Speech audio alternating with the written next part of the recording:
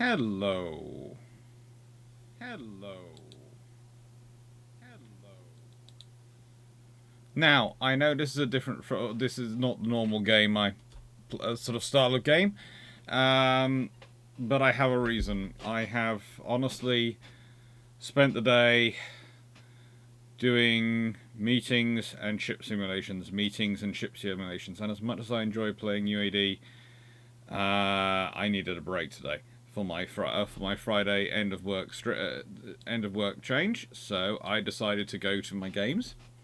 I was going to do Supreme Commander, but for some reason that and OBS are not getting on today, and I'll figure that one out. So I thought, right, and what other games do I have?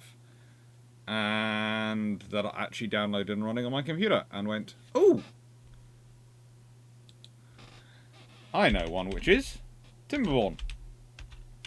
So it's a very sort of naval one. It's a sort of naval one.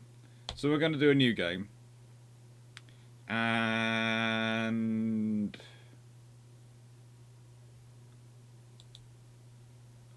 shall we do Iron Teeth or Folk Tales?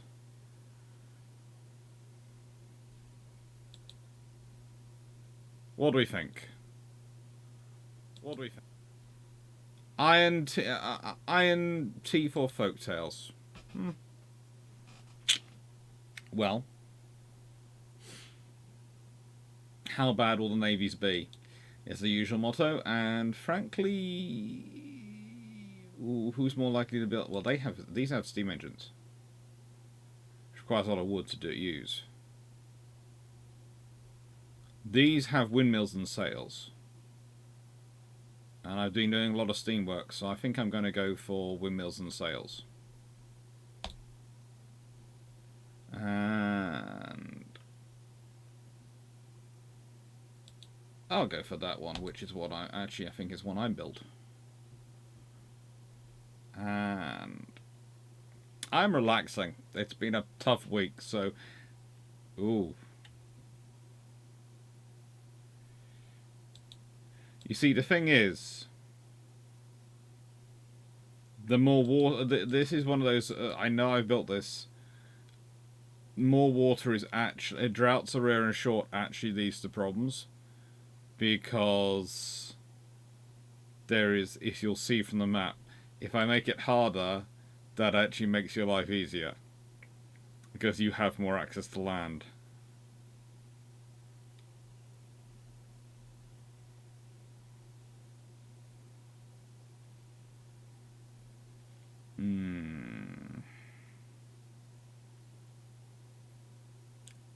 It's tempting. It's tempting. Because that actually makes my life easier in this game. Normal is probably fairly even. And no one's arguing me, so I think I might be the only one watching myself. I am running a bit late today, I do remember it going live. There's the normal schedule sort of going on, and when I sort of talk on advance, and I sort of start things slightly late. Ah well. Let's go to normal. And let's start. Let's see what we get up to. So basically my theory is I will start a Timberborne game. And if you all don't mind it, then whenever I'm not feeling like UAD, the Timberborne will be the choice for the bit. Until we finish this game. And then hopefully by then I'll have got Supreme Commander or something else working. And we can play something which is slightly more naval. Although, this does have the advantage of having a lot of swimming beavers in it. A lot of swimming beavers.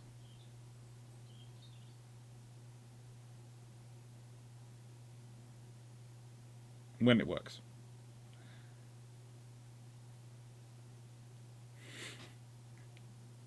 It's kind of weird thinking a naval for. I have this game because my civil engineering students are raving over it. They love it. And it does have some really cool engineering in it. You don't get to actually fight other beaver civilizations in it, which is, I think, is a shame.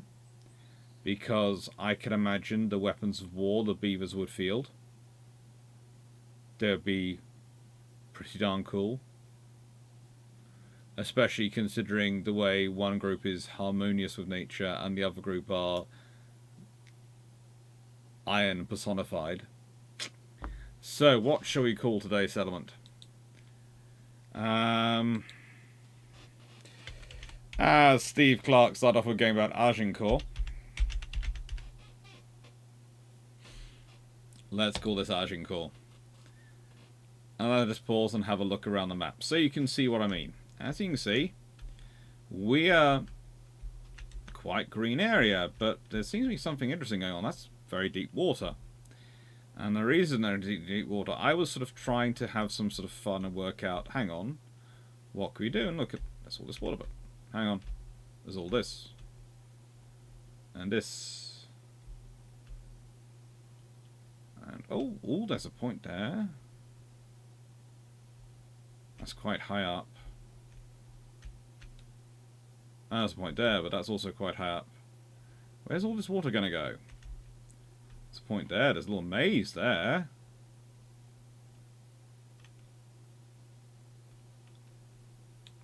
But that's very, very high up.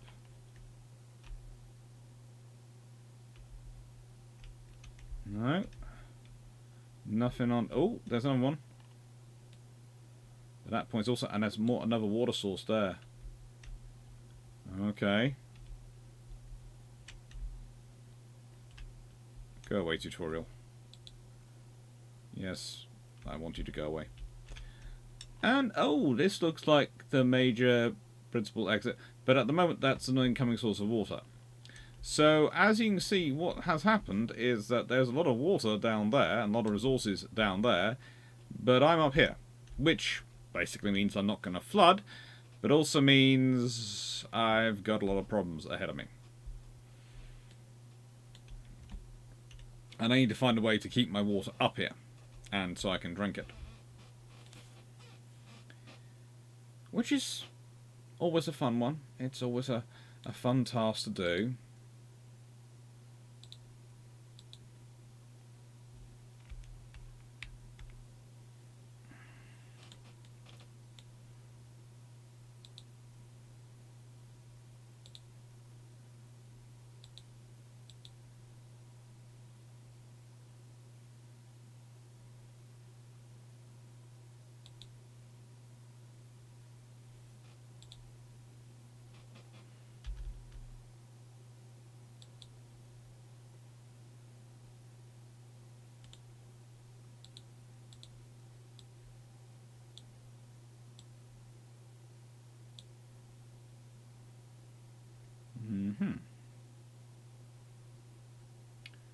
So there's a space of about 3 by 3. Those are going to need paths.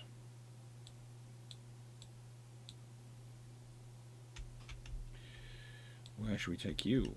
All the way along here. Oh yes. Make sure I have a path going all the way along because I'm going to need it later. I'm going to need it a lot later, I'm sure.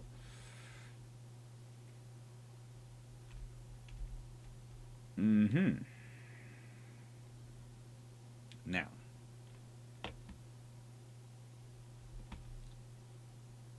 Storage.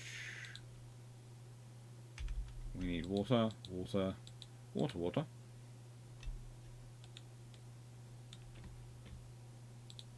And we need a log pile.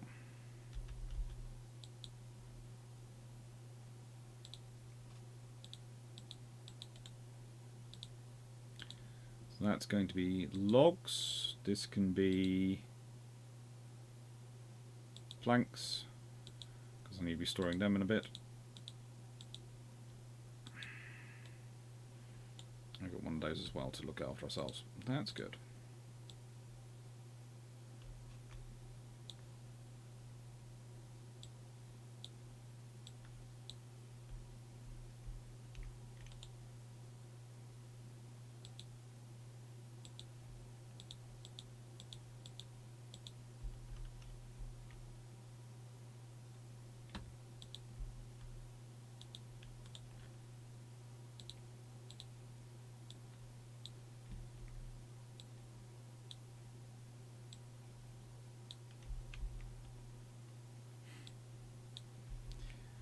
always enjoy this game because it is pretty darn relaxing. It mostly appeals to my desire to make things very nice and neat as well. Because everything can be built on a grid pattern. And yes, I do realise I should probably be considering what that says about my psyche on some level, but at the moment I'm going to ignore it and its desire to affect my psyche on some level, and just go with, it works.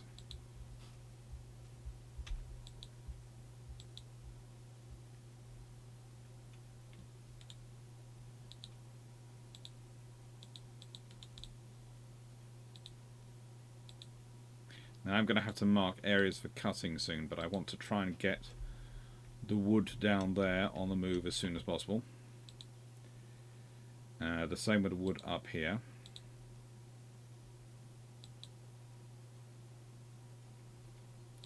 And this is going to be a food gathering station.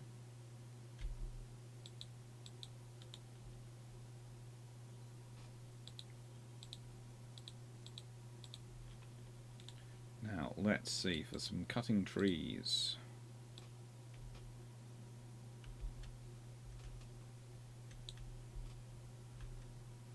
You have to mark huge areas to make sure you get enough trees.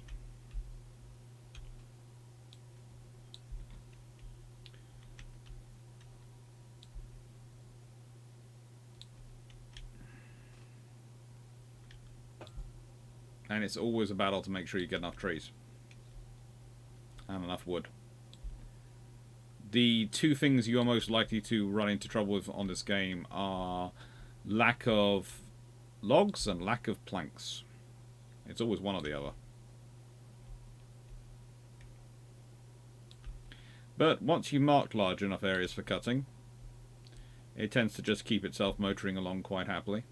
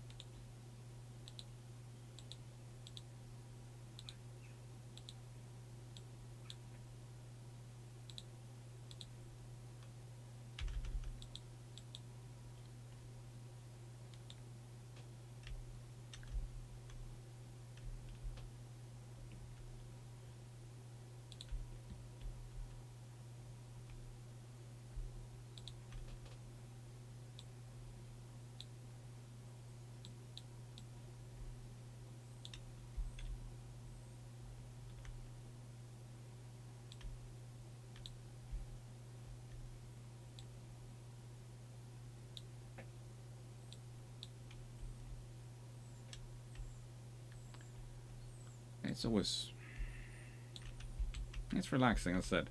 It's one of those games which are really I swear are designed to be relaxing.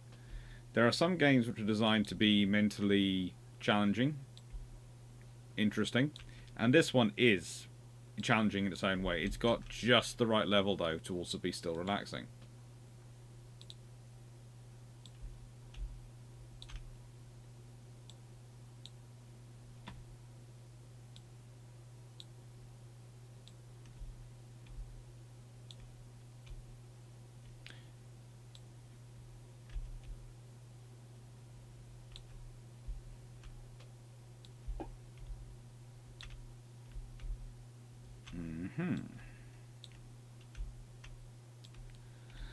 And it's the sort of game, what's the other one I would like? I would say Age of Empires, again, similar, although I haven't installed that on this computer yet. Which is sort of games which I play when I'm relaxing, when I'm just gonna go, yeah, let's go have some fun, let's just calmly think this all stuff through and use the time to sort of let my brain percolate through problems. Because that is something, that is... I know not everyone ascribes to this idea, but there is something to letting your brain just sort through problems whilst subconsciously. not, you know, whilst you're not consciously sort of thinking about it and trying to work it all through, letting it just go, yep, I can see your problem, and just give me time to quietly think about it while you do something else and stop bothering me. I know, it's funny to think about your brain as being a different person, but I do sort of sometimes think that. I do sometimes sort of treat it like that. Yeah, they're all done.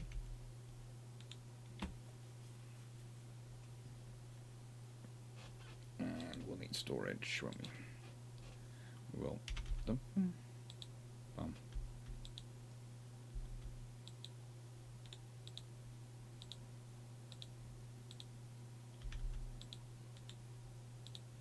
That'll be berries, berries, and this can be chestnuts.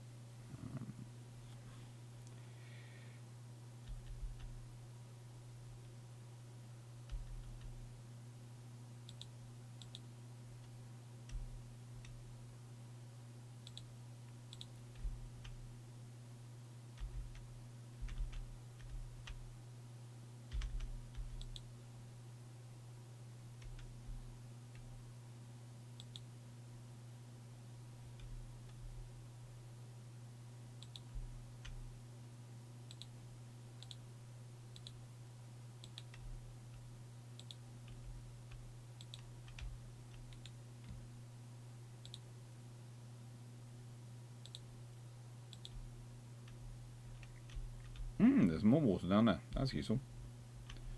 That's useful to know. That is useful to know. But I think I can get the fill up I require of this one if I fill a doodo. Make sure I do those at the appropriate time.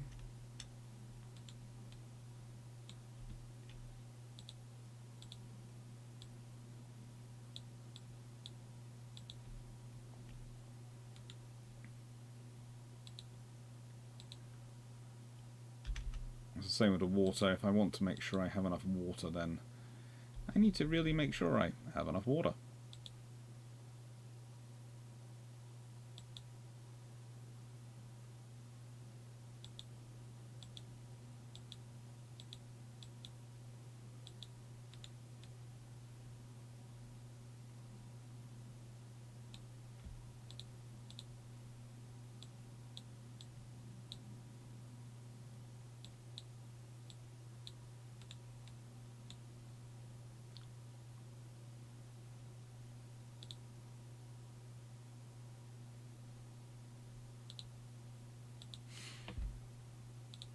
It's interesting scenario, this one. It really is. It's one of those games where you sort of play it and go, oh, well that makes sense to an extent.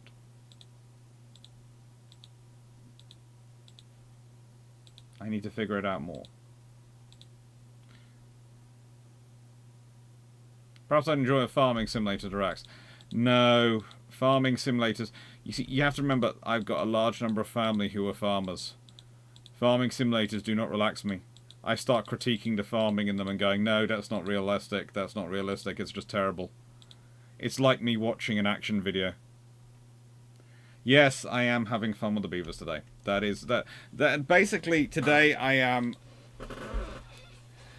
have spent the day arguing with various simulators when I haven't been having meetings to discuss various things, and it's just been annoying the out of me.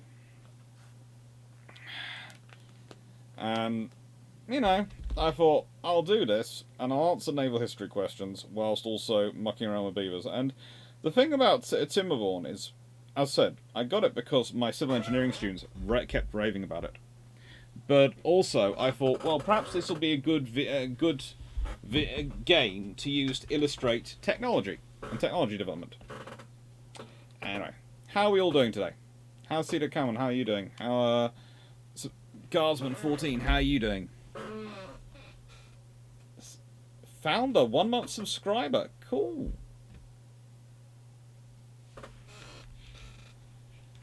How are you all doing today? How goes the world? Let's see. How are my beavers doing? I've got one who's unemployed currently. Not sure how that is.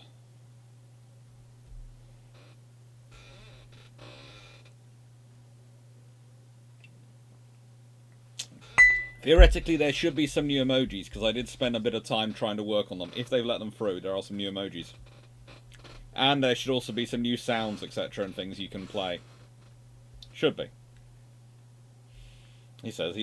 I spent enough time trying to get it to figure out on how to get it to work.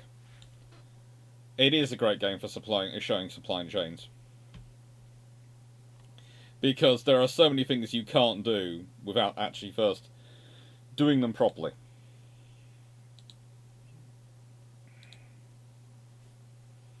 I think we will do you to that.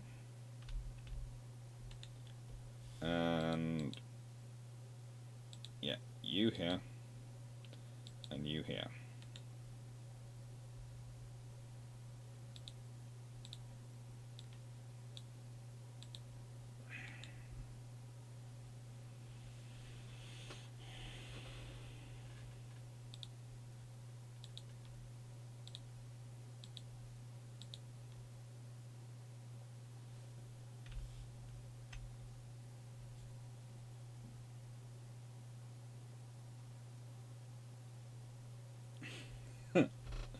You're enjoying your week off work. I was catching some, well, catching what? Come to sleep.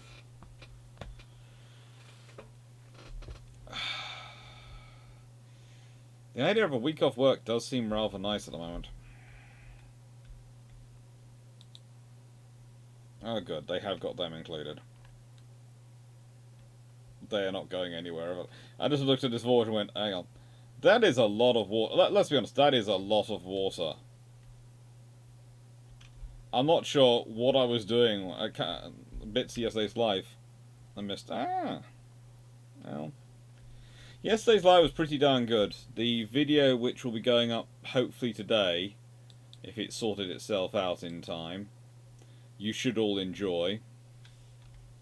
Because it's basically a continuation of some of the thoughts from yesterday's video, if that makes sense.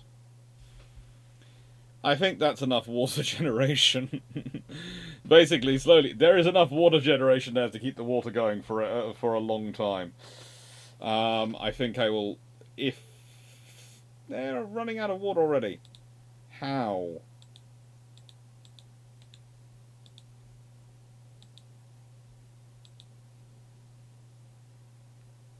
How are you running out of water already?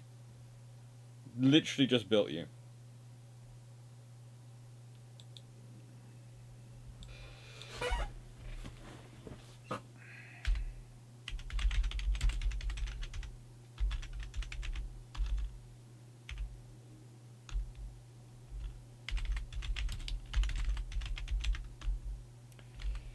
I don't know.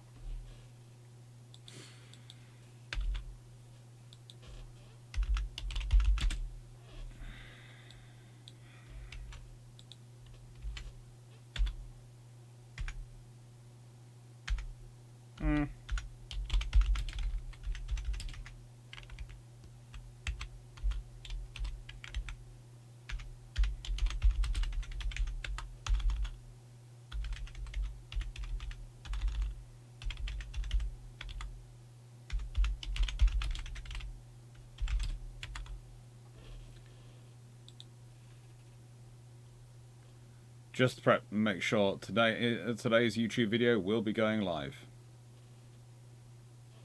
It should be a good. It should be. It's only a short one, but it should be an interesting one for you all.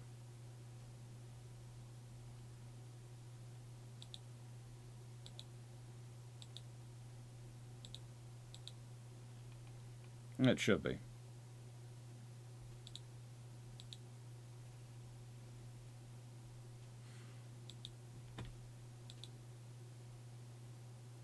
Come on.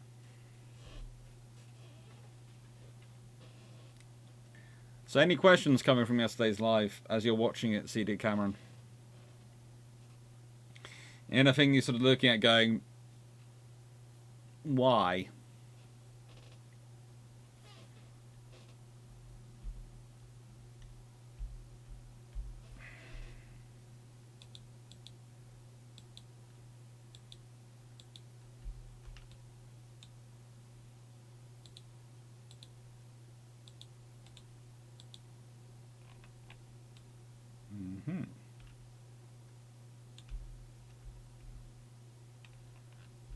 And yes, I am trying to take as much wood from down here as I can before the water level rises too much, because the water level will keep rising.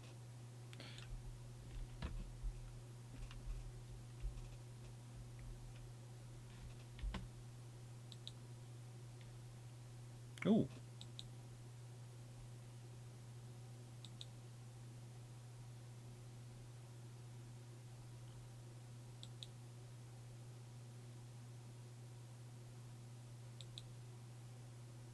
You sunk my battleship. Sorry. I know, I don't have a battleship in this game, but, you know, it's preparation for when normally we do have UAD playing, or we have Age of Empires, no, Empire Total War playing, or various other things, and I lose a battleship. Because that happens, and I thought you'd all enjoy that one.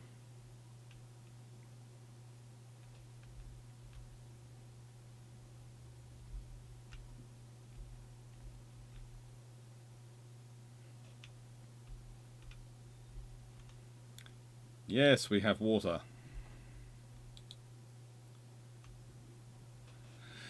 Alright.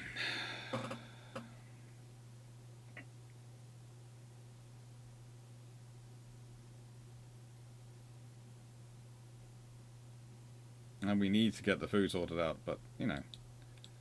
They are doing okay. They're collecting chestnuts and berries.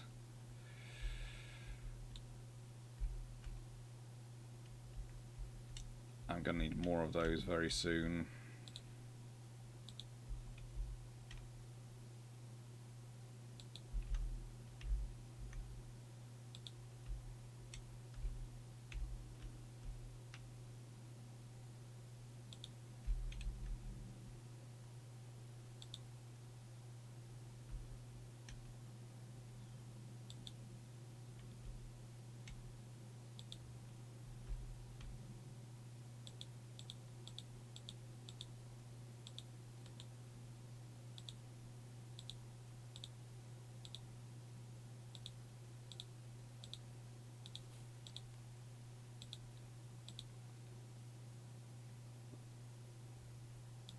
In your scenario, do you think Beatty would have got court-martialed for cowardice for turning away and become the last admiral executed for such? I doubt he'd have been executed. I have a feeling he wouldn't have been disciplined for cowardice, but I doubt he would have found much onward promotion. I think he was senior enough that the Royal Navy would have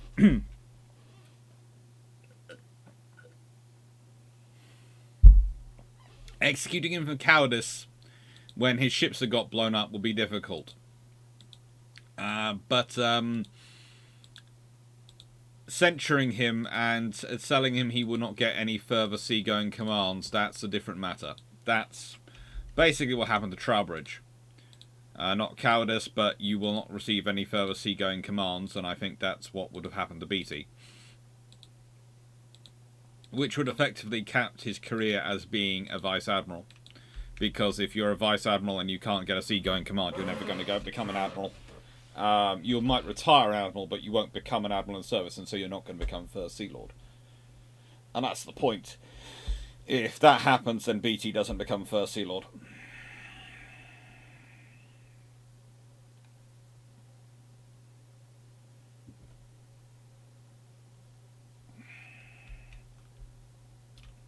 I need some accommodations, don't I? I need housing.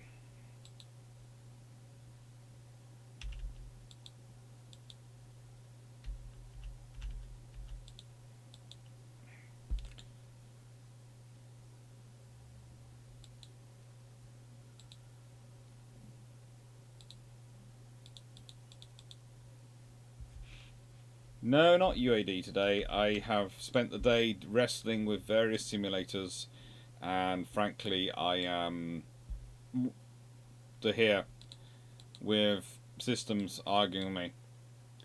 It was kind of interesting because I had literally logged in here and then I saw Steve Clark, your first question, which was high velocity 13.9-inch ships using quad turrets and autoload. I have a suggestion looking at a max caliber autoloader, high velocity 13.9-inch. The French couldn't have built that even if they dreamed of it. The French industry was nowhere near capable of delivering that kind of capability. And that's just a sad thing, really, for the French, because they do have one of the world's best armaments programs, but they also do not have that level of structure to go forward with that sort of scenario. They just don't.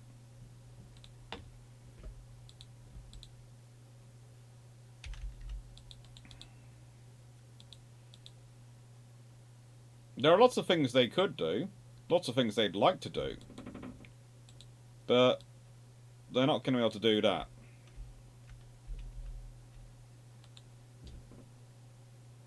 It's just not going to happen.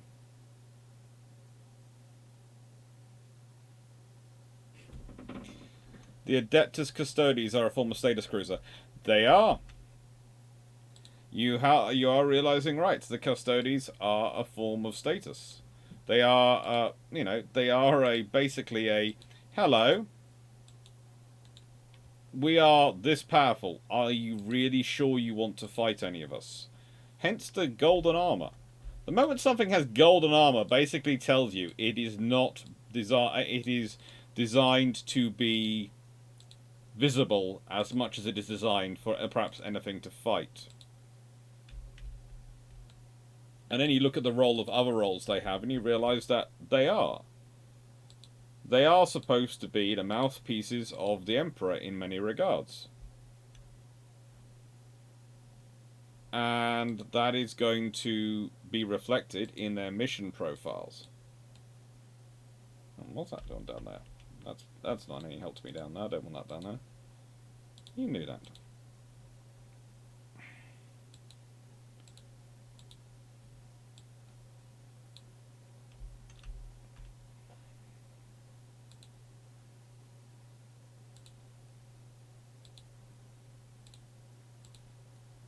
And you can see why the Adeptus Custodes are. So they are a fleet armament. Well, honestly, if World War I ends in 1917, 1916, it's going to be far more difficult to justify taking the Fleet Air Arm off the Royal Navy. It might well be a case of the Fleet Air Arm gets focused on shipboard flying.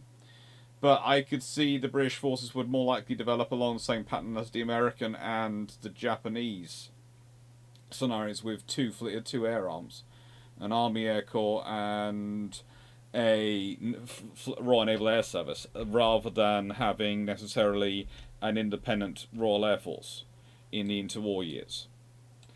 Because you have to remember, in so many regards, the British are the aberration, not the norm with that. Even though, I would say, broadly speaking, whilst I'm not a fan of it from the point of view of development of naval aviation, I do understand and don't think it was necessarily the worst idea that was had.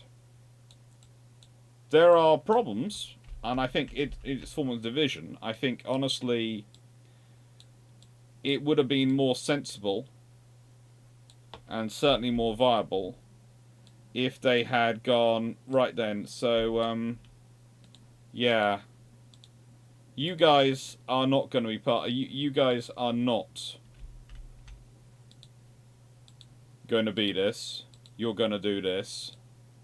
And worked it out thusly, rather than sort of going, right, and we're going to put all aircraft under one, because that doesn't work. Because the trouble with air power, whilst it might be the areas indivisible in one, there's a big difference between you are operating from land bases, logistically, operationally, strategically, thought process wise, everything, than you are going to be operating from a mobile base at sea.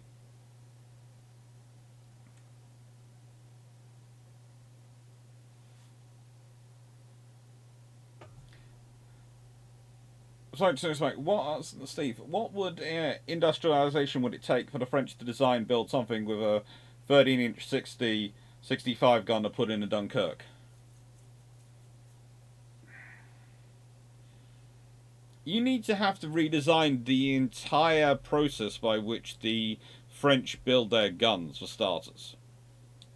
So that's your first thing. You'd have to redesign that entire process. And there is only so much viability you can put into doing that. Because that is going to take a long time to redesign that entire process.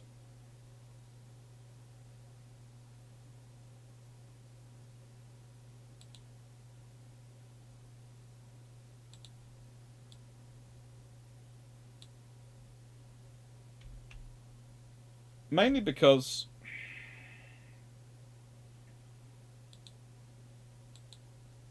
and this is the point at which I start to sound almost well, please note, when I say this, I'm not being anti-French. I'm not being dismissive of the French. It's just to do that, and to do that scenario, you would have to do such a job on their forces and on their everything really. Their whole construction program would have to be changed. Their whole research program would have to be changed.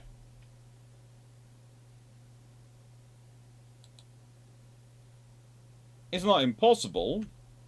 Please don't get me wrong, it's not impossible. Nothing is impossible in this scenario. But it's going to be very, very difficult.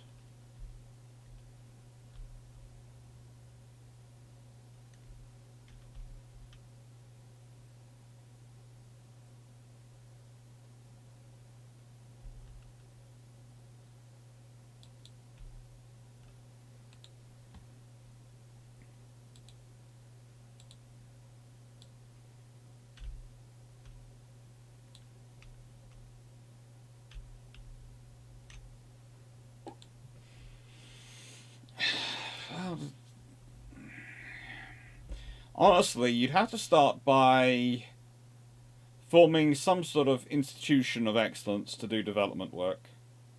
You'd probably need about 2 or 3 different teams, which would be competing against each other to redesign your entire... Because you'd have to move your entire...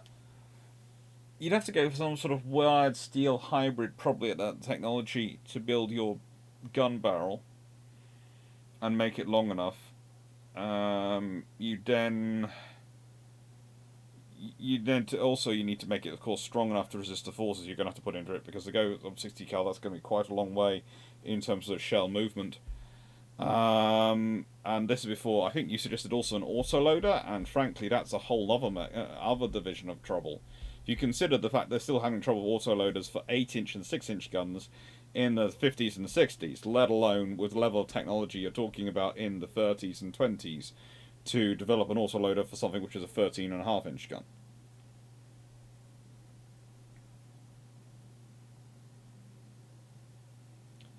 Guzman, how did the Japanese get their infrastructure up to build the guns engines for Yamato without others knowing what they were doing? They gutted everything. The reason the Japanese basically don't build anything else whilst Yamato and Musashi are actually in construction is because everything is going into Yamato and Musashi, and they're claiming they're building more than the Yamato and Musashi.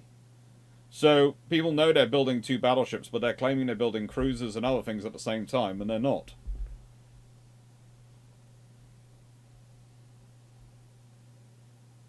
It's like, Steve, why the French did have good small arms designers at the various arsenals, and they did relatively good artillery, so why the failures in the Navy? I'm breaking up a bit. I'm not sure why I'm breaking up a bit. Let me get back to here, and that might make things better.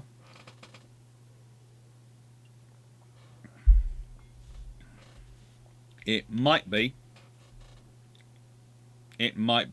my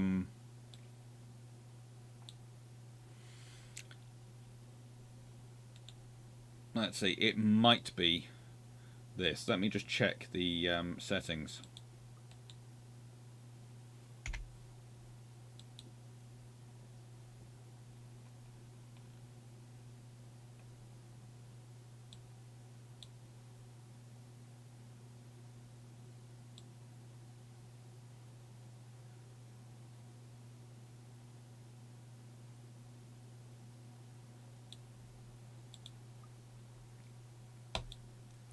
So hopefully that's better.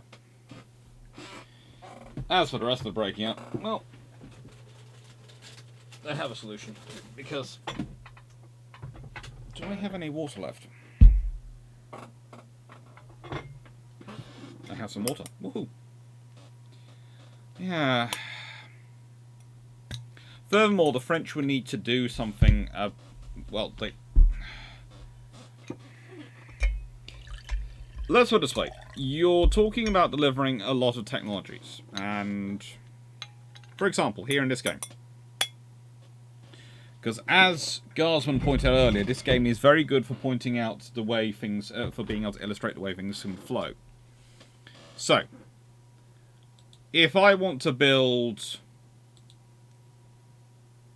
a lumber mill, I need power as well as lumber.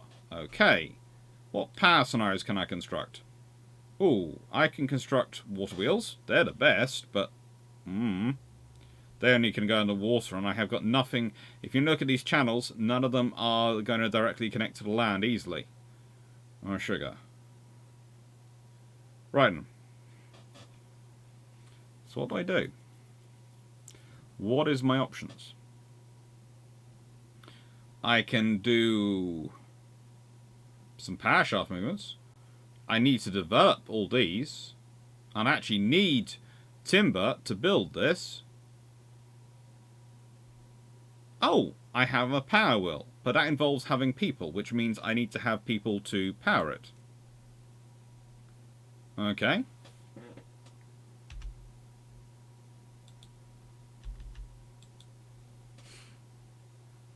I shall build aforementioned power wheel.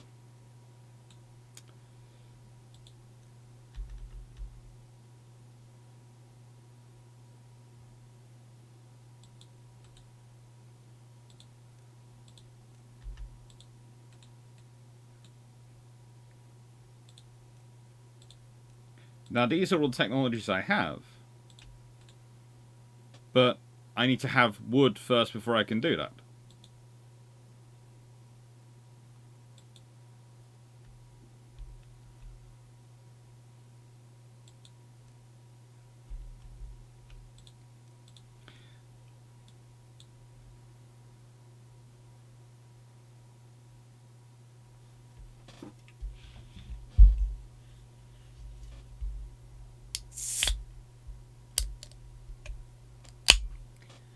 Speaking of with the year technology theme, do you think small petrol engines, petrol and diesel engines, are advanced enough to have proper Royal Marine landing craft and ships built for some of these proposed landings in World War One?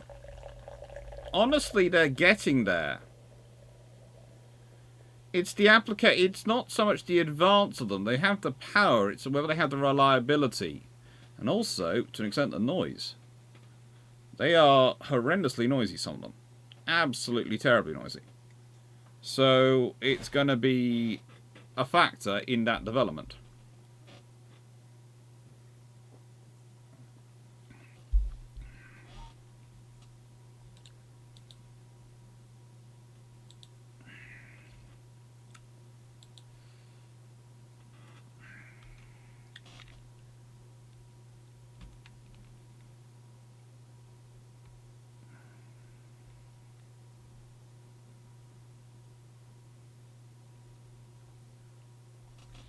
But you could probably do it, but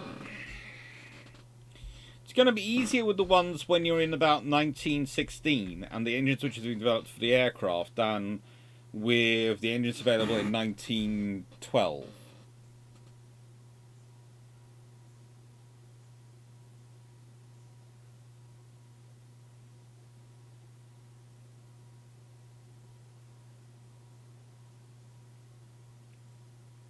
This is like Arkwright's mill in Manchester in the 1780s. He tried to turn a pumping engine into a power system in his mill to run the spinning machines.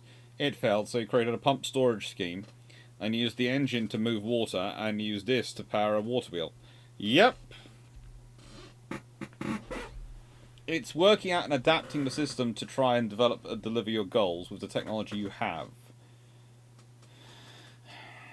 Everything takes time.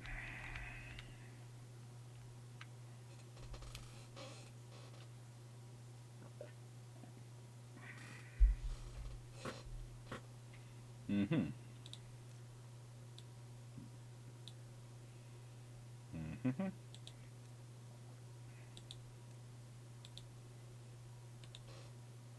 And I enjoy this game because it takes time, honestly. As I was saying earlier, it's strangely and curiously relaxing to play. It's one of those things, and I find it especially for people who have the right sort of mindset.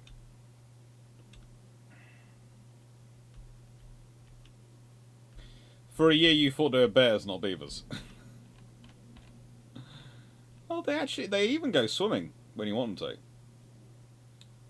They do go swimming. I need to develop the technology, really, for them to start swimming about, but yes, they can be sent swimming.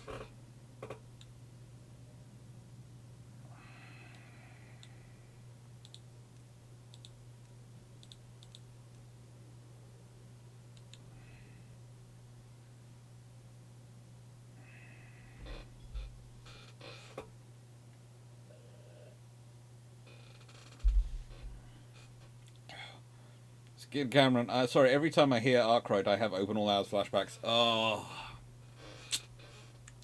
You see, that was a good comedy. I often think the timeless comedies are often ones which don't appear timeless when you've got them. Because when you look at Arkwright and looked at it in that period, it must have looked very much not timeless. It must have looked very much of its period. Yet today, its jokes are just as funny as they were when it was filmed, which, must have been 50-odd years ago? Must have been 50-odd years ago.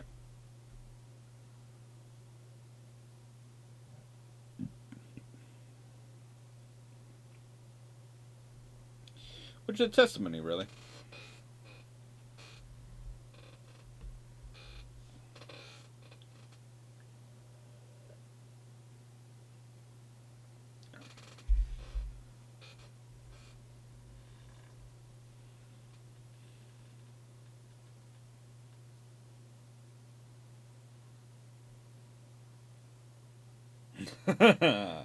Granville.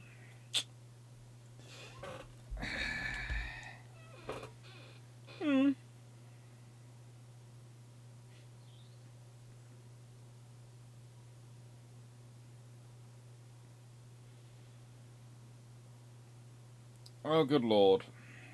What's happened now? Sorry. Something just came up on Twitter, which is from the First Sea Lord.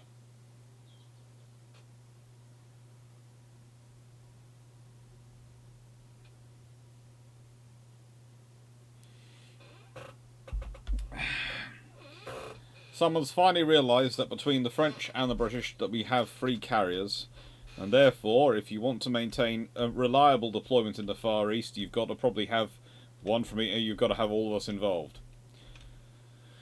Although that's going to be interesting to see if they actually start structuring it properly. Probably won't. Probably will end up falling apart at least 5 times a week. And, well, at some point someone will go, well, if you actually want to sustain capability, you need to have 3 yourself.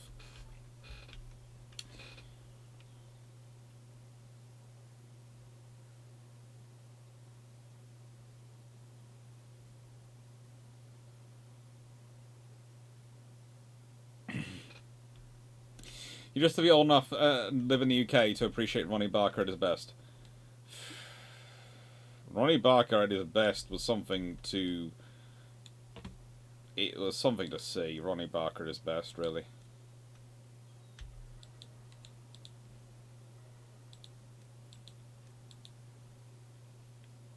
It was a lot. He was a lot of fun. My beavers are happier than ever. They're at 4. Not sure if I should let them be this happy. It could lead to all sorts of issues if they're this happy. They've all got accommodations at night, that's good, but I probably want them to have something better shortly.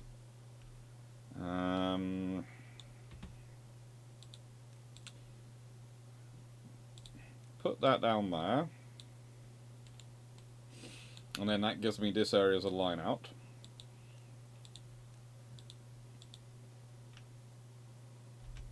Then I don't have to build any more roads. Bum, bum, bum, bum. Yeah, and you. That should get them going. And then I probably need to build that.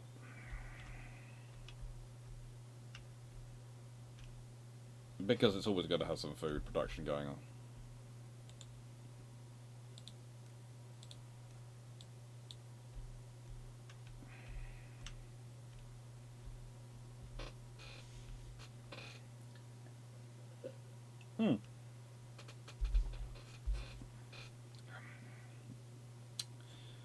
It's amazing how many times people try and say, oh no, we have changed the future. It's one of the things which came up a lot, you know, when I was doing this research for yesterday's video and other videos. The amount of times people come and go, oh no, no, no, no, we are smarter than that. We have worked out how to solve X, Y, or Z problem which has plagued everyone for centuries. And you haven't. They really haven't. You know, you need a certain number of ships, a certain number of hulls, and honestly, you can tell when they're serious about something because they start buying it in multiples of 4. I've said before, 1 is a white elephant, 2 is an occasional capability, 3 is an availability, it's usually available, so you usually have a capability, 4 is an actual capability. It's guaranteed, it's at sea, it's available to use. So if you have 4 of something, you are guaranteed to have that available to use. You have 3, you will usually have it available to use. You have 2, you will sometimes, most of the time, have it available to use. Hopefully. You have 1, you will sometimes have it available to use. 1 is a proof of concept, 2 for status, 3 to have capability, with fill from other source, 4 to have an actual capability. Yeah, that's the nicer way of putting it.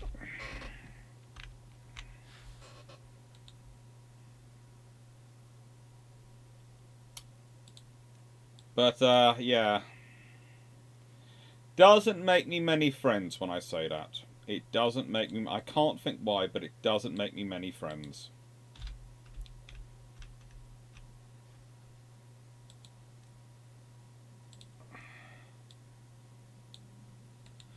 When I say that, perhaps, you know, perhaps you've got this a bit wrong. Perhaps that's not the scenario you should be looking at. That does tend to get me into trouble.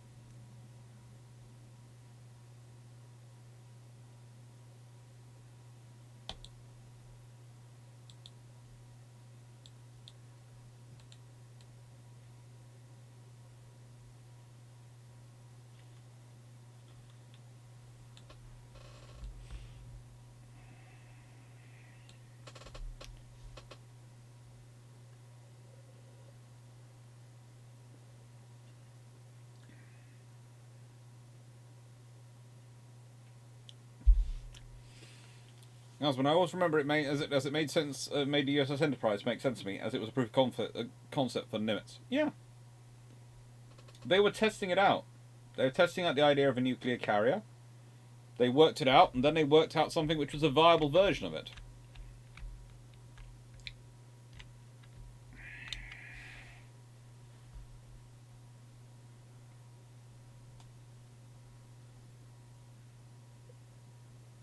Oh, we've got a drought coming inbound. Have we got enough water? If we're sensible, we will be. We will do.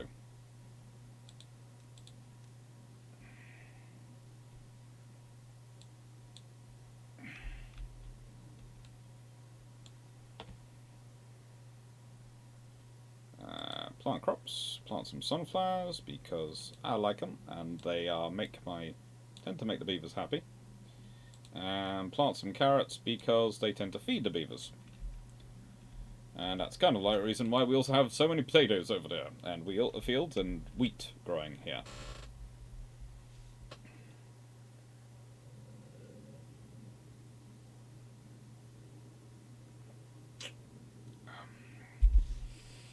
Do you think with the Micronesia situation, this would be the time to implement your Bill suggestion of patrolcraft small nations? I think it would be a very good idea to start doing that. I think if you want to start winning friends and influence people, you probably have got to start being honest about what their practical needs are. A good way to, sort of start doing that is to go, right, and what do those nations need? They do need patrolcraft. And they need them to be cheap, reliable, sustainable. And again, it would be a good way. Keeping things like, you could almost say, look, if we kept the river class in production and just kept producing them, and just kept producing river class vessels, and our old ones we either sold if they can afford it, gifted to the ones who can't afford to buy it.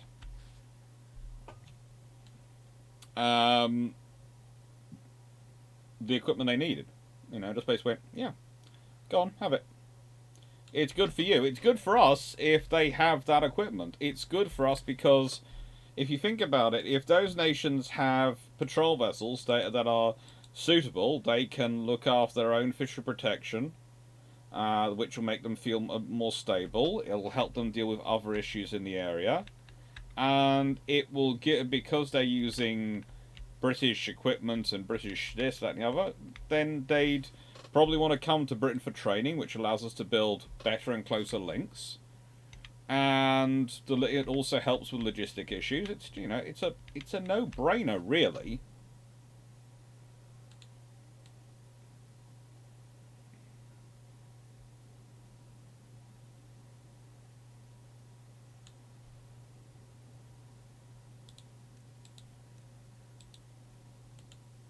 It's one of the strange scenarios when people turn around and go, "Oh, but that surely won't work." No, it would work.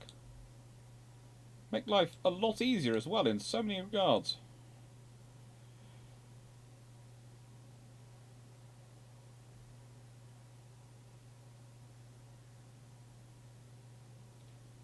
That's right. There is a 1.27 update now. AI now set a heat more effective firing distance, so no more attempted ramming action by 18-inch super dreadnoughts.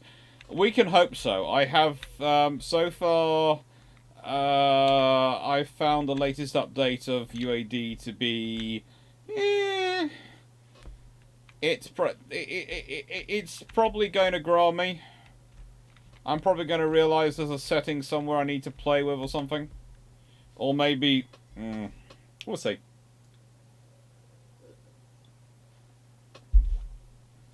Ramming actions was not a very smart manoeuvre for those ships to keep doing. Ramming actions were not very smart.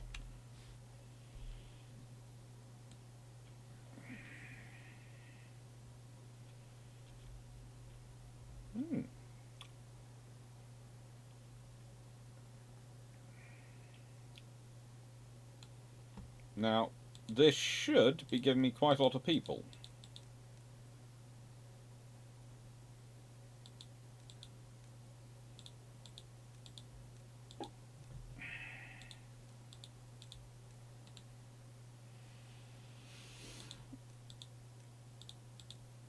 Now, the reason that's a good thing to have lots of people is because if I have more beavers, I can grow more quickly. And for that, to have more beavers, especially with these people, the folk tales, I need to have accommodations because they do not have pods. They just do what comes naturally. So those two need to do what comes naturally. Especially, you know, there's no little kiddie, or rather kit, there.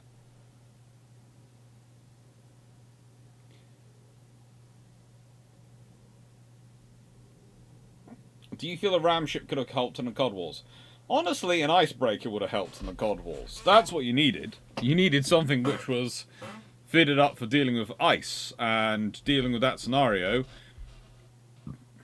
With a strong enough hull for that, it could soon have survived the Cod Wars. You don't need a ram. You need an icebreaker, which is de facto a ram. Let's be honest, in some regards. Yeah. Unless you're in HMS Dreadnought, then watch out for submarines. The interesting. That was the interesting one, putting the submarine videos together. I had this feeling I was going to get a lot more pushback than I have so far received. So either I've argued it very well, or people have decided the best way best thing is to just ignore it and then hope I go away. Seeing as I'm not the type who's going to go away, I don't think that's a good idea myself. But you know, they can have the dream. I never protested anyone having the right to have a dream.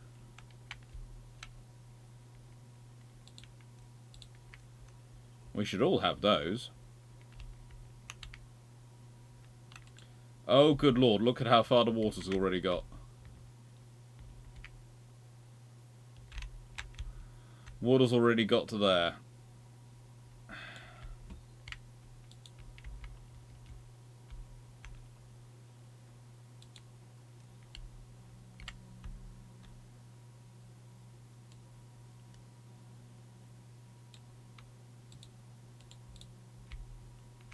Okay. Alright. So I start to lose land and the area to build rapidly. And this is the trouble. You start from a point at which you can't utilise that land at all. So it's a constant competition between you and the water. And oh, it's doing well on that side as well. Those are trees which have all been swallowed.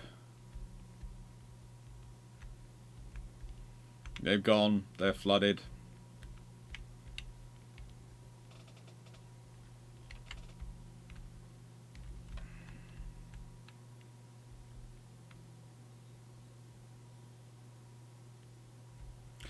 HMS Dreadnought would have been an interesting vessel to have survived.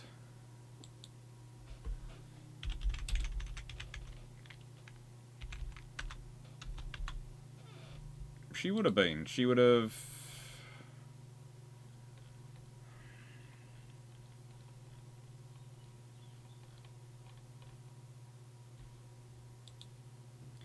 She was scrapped with Thomas Ward on 9th of May 1921 as one of 113 ships the firm purchased at the rate of £2.10 per tonne, later reduced to £2.04 per tonne.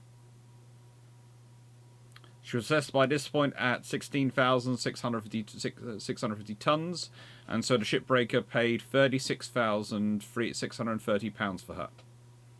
Though some sources do state it was £44,750. She's broken up at Ward's then new premises in Inverkeithing, Scotland, on the 2nd January 1923. So, yeah. She had been around in the world for 18 years. Just reached the age she'd be allowed to vote. Well, not quite at that point. You weren't allowed to vote at 18 yet then. But, you know, she was almost coming up to voting age.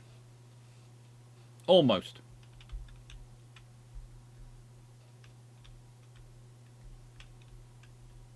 And the thing about warships is they're such reliable voters.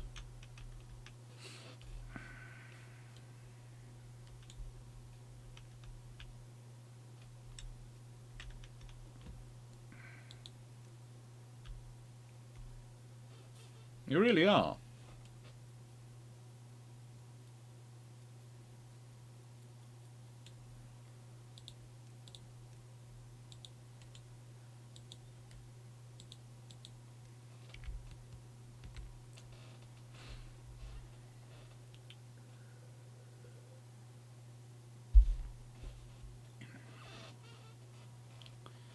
So if Dreadnought had survived, then you would have had the what if Belfast Vanguard had went to the Falklands would be turned into what if Dreadnought instead.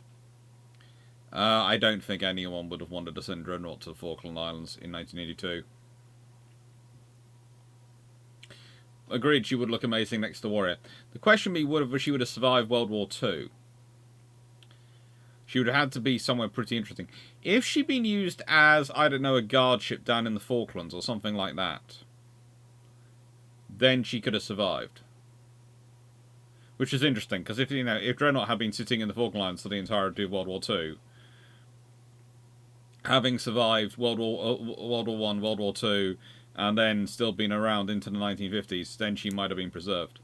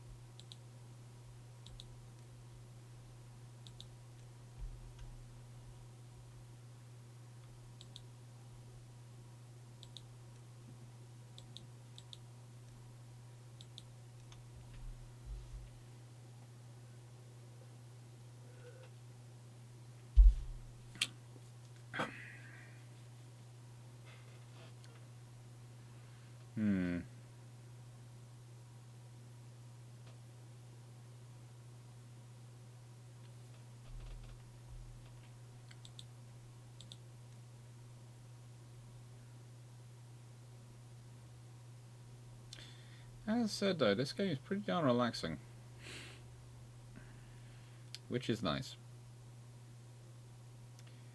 Where am I going to store my sunflower seeds? There you go. There's sunflower seeds. I get stored in that one. Next to the sunflowers. I think if she had survived, I don't think she'd be next to where HMS Warrior is, because you couldn't really park her there. She might. If she was at Portsmouth, there is the very real possibility that she'd be currently... You know the basin behind Victory? They could possibly have fitted her in there.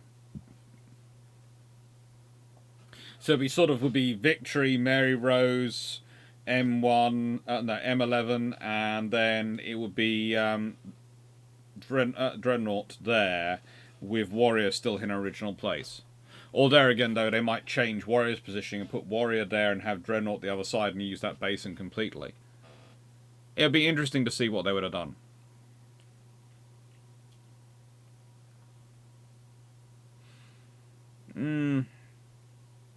Vanguard sailing around as a permanent status symbol will be an interesting one. I think at a certain point it stops working as a status symbol, but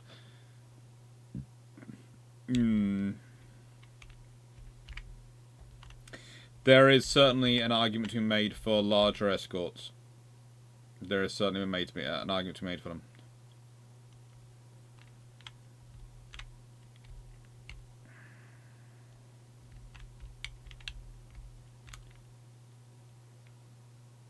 And larger surface action ships. It's one of the things we sort of forget, that these ships do have value and they do have a role. And by forget, I mean we wholeheartedly ignore.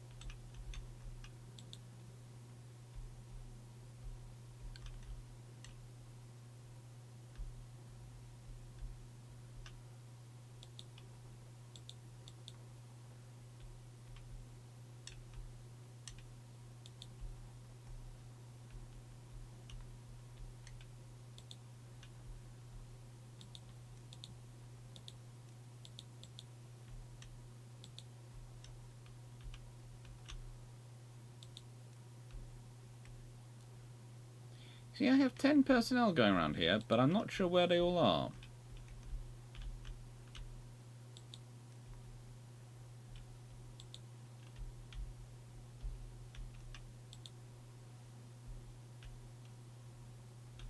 Not sure where they are or what they're doing.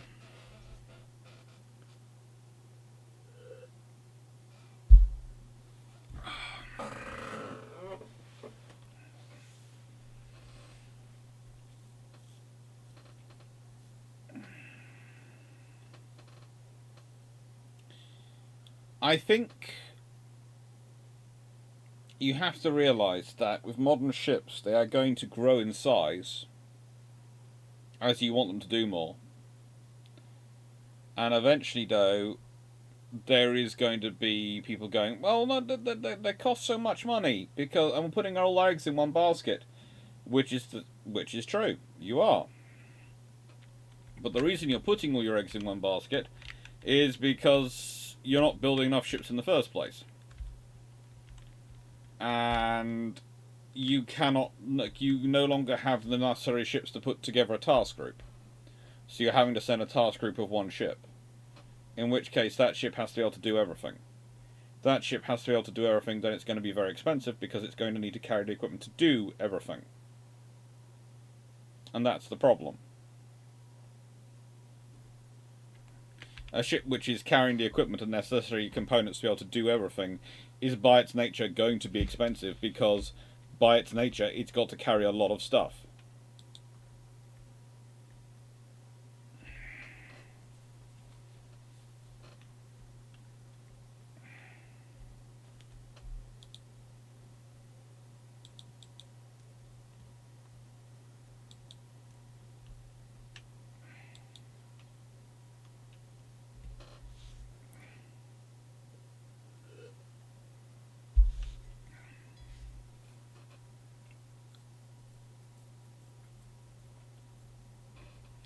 Honestly, again, this is one of the things. If Dreadnought herself had survived, then you almost have more of a case than likely that Vanguard survives, because if you have Dreadnought preserved, then preserving Vanguard makes sense, in that you have both the first and the last Dreadnought the British have produced. And you could have ended up with a scenario where you have Warrior, Dreadnought, Vanguard. Which would be a very interesting naval museum to have.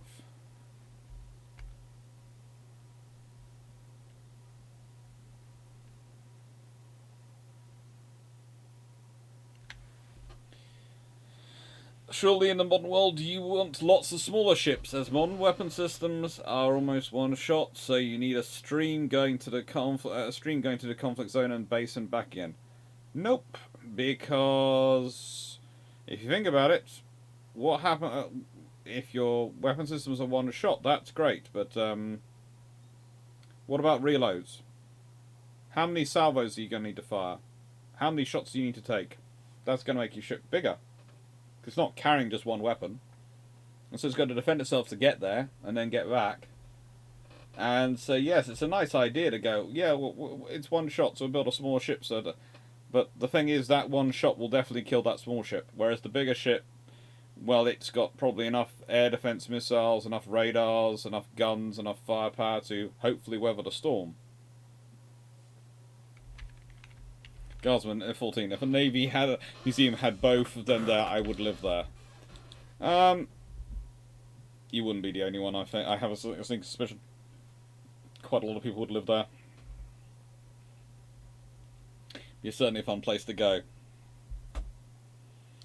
RN has never been sentimental about ships. Unlike the US, we nearly lost victory. Warrior and the other ships survived due to being forgotten about, it seems. Yes. Exactly, and yes, the Royal Navy has ever been vast when it comes to ships.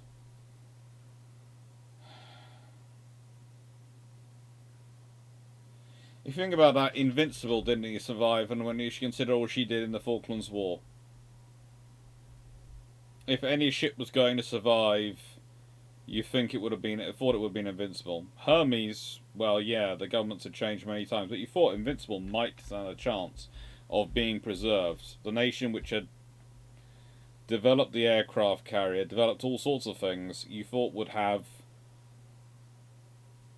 preserved one of its carriers, but no, it didn't. I don't know. Maybe eventually you'll preserve a Queen Elizabeth class, but I doubt it. I definitely doubt it.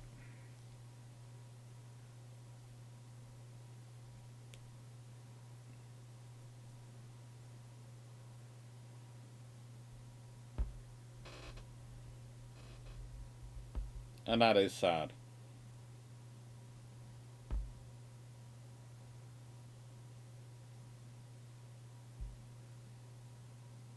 And mainly these things don't get preserved because the people today don't understand the value of something tomorrow. And that's the lesson of history. The people of the day didn't understand the value of something to tomorrow.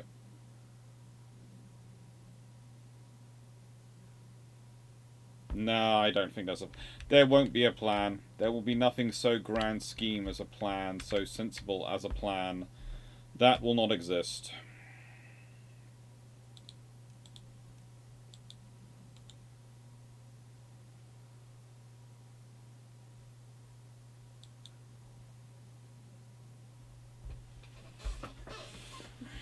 It'd be nice if it did, but it won't exist. Oh. No, the burn did not make it to museum. We can all be thankful on so many levels. It did not make it to museum.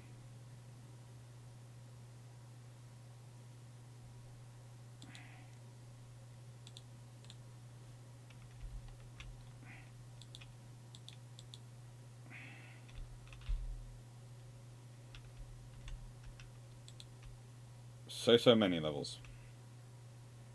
So many levels. We can be thankful for that. It didn't make it to museum. No, it did not. Oh, that would have been terrifying. The burn in a museum. The burn surviving. And people going, look at this statement of 1920s naval architecture. Yes, how not to build a frigating aircraft carrier? Oh. And then you have the fact that you very nearly end up with the Italians, the Germans, and the Russians operating knocked-off versions of that system.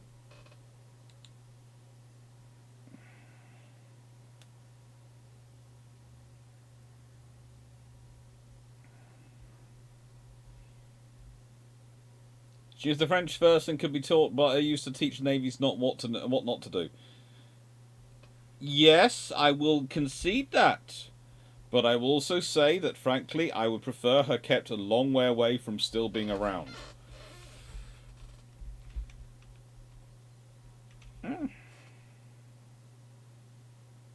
Slowly, we are getting the population up. We got 5 children at the moment, 5 kits running around, and we've got 10 jobs, 10 vacancies.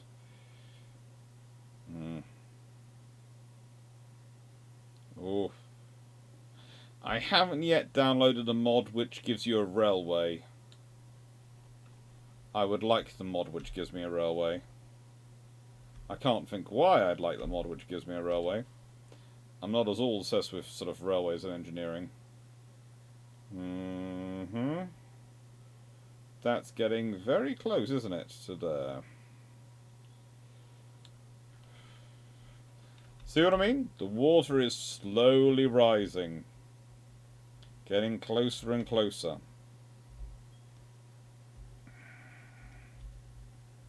At a certain point, you'll be able to start having to swim for things. Regularly.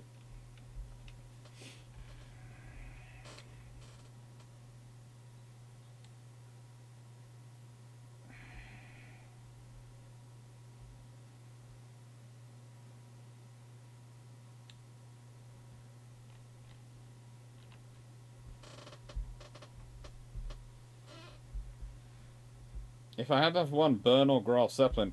Why do you want to make me suffer so, Guardsman 14? Why? What have I done to upset you so much that you would ask me that question?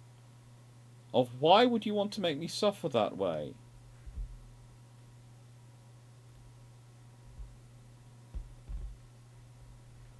The Valiant is...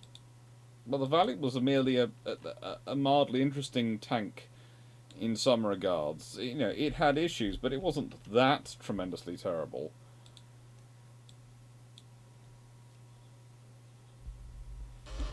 There are far, far worse out there, trust me. Far, far worse. Or it could end up like the TOG, an engineering failure that people think is great because of a game. The TOG was a failure on many, many levels. Mostly imagination.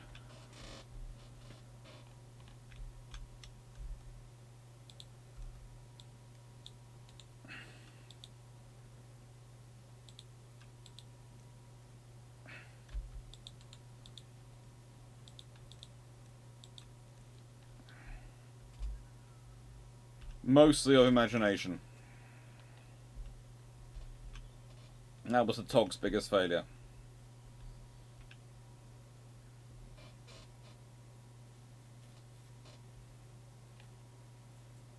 And there are many reasons for such a failure.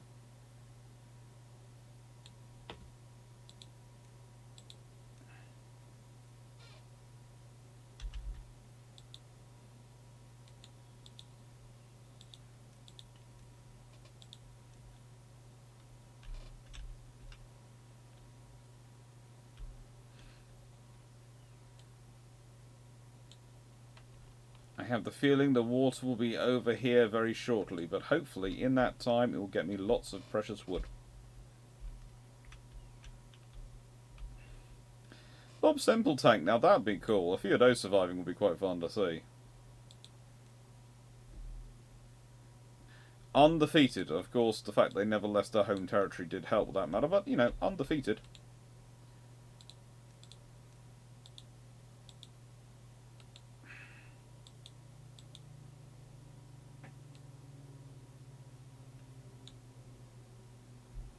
Always worth remembering that. They are undefeated.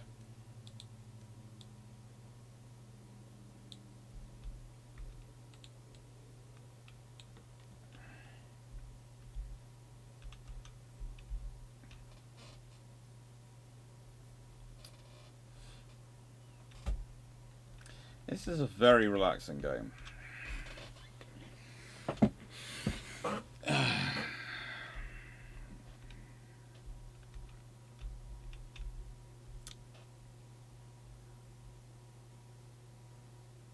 The Dutch four-man tank was undefeated and it was actually involved in combat. Yep.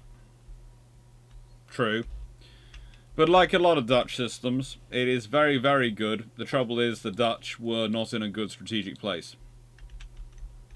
And they just didn't have it to be in a good strategic place.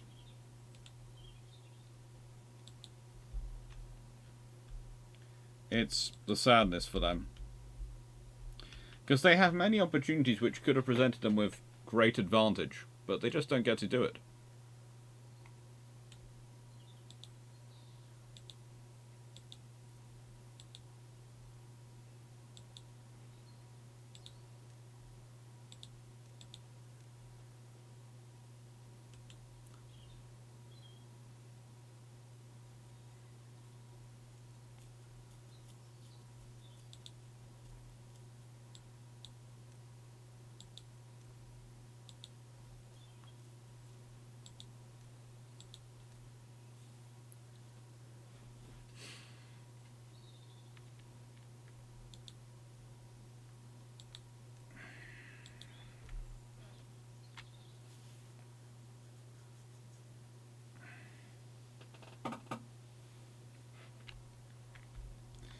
It had character, the Dutch four-man tank.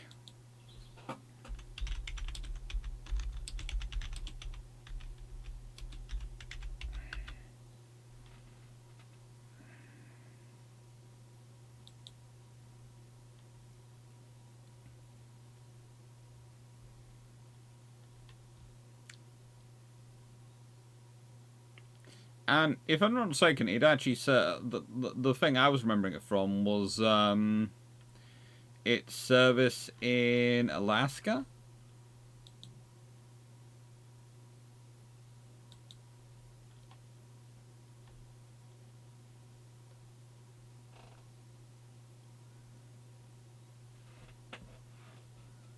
Yeah.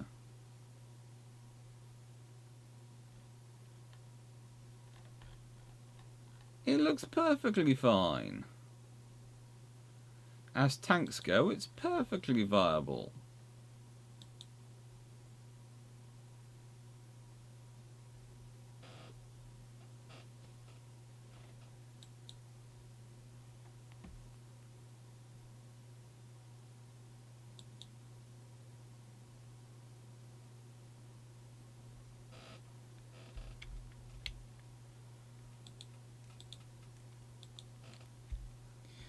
I often think there's a lot of ego when people start describing tanks as the worst tank they ever built, because honestly, at the time it was built, it was probably considered pretty darn good.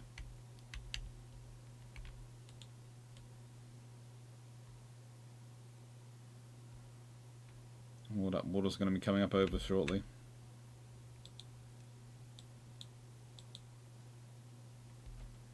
Oh, yeah.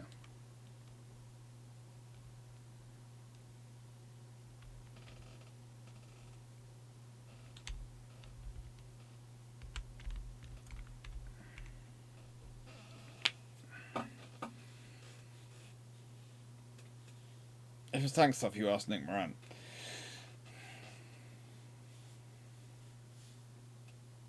As a rule.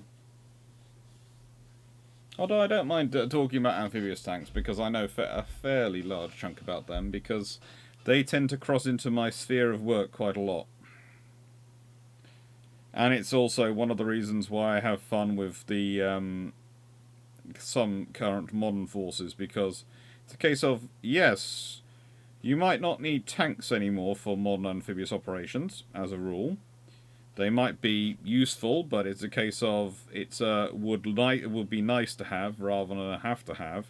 But you do need some form of organic armoured component capable of moving your force around and providing some fire support.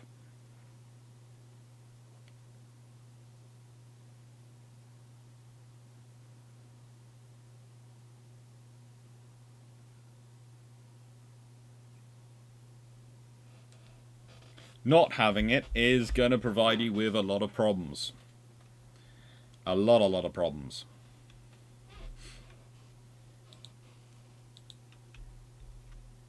It's like when we're sort of talking about modern ship designs and ships and what we're building.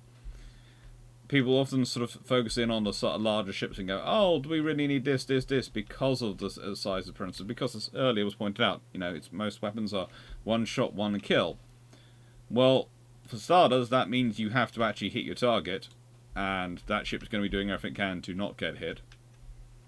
There is going to be both passive and active systems involved, plus active kill systems.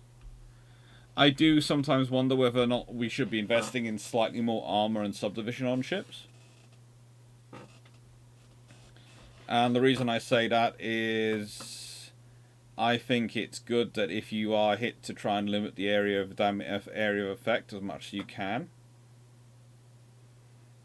And I am sometimes tempted to suggest that maybe you need an armoured deck and an armoured,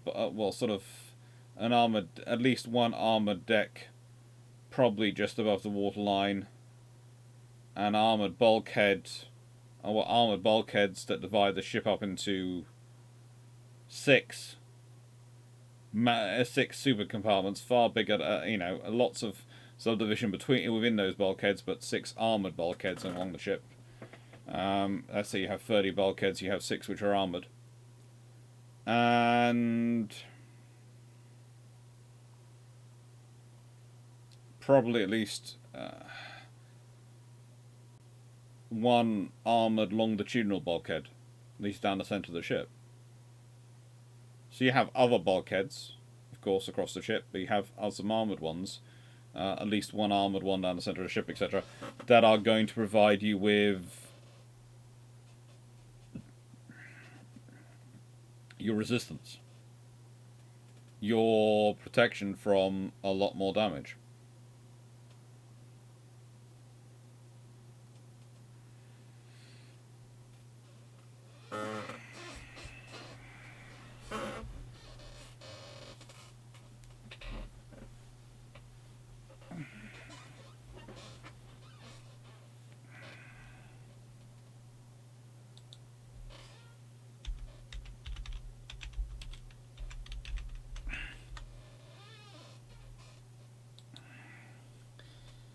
I would say the Izumo class are...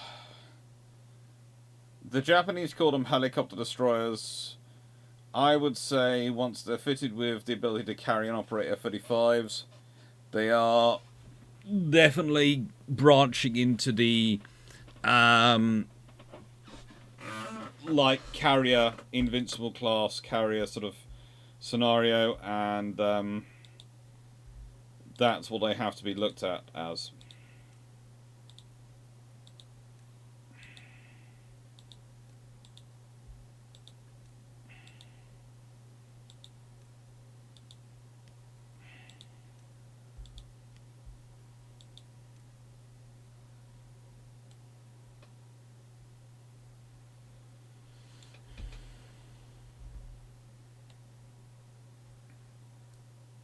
Because something treating them as anything else just ends up with you being in trouble, really. Oh. It could be fun to do something on the track submarine.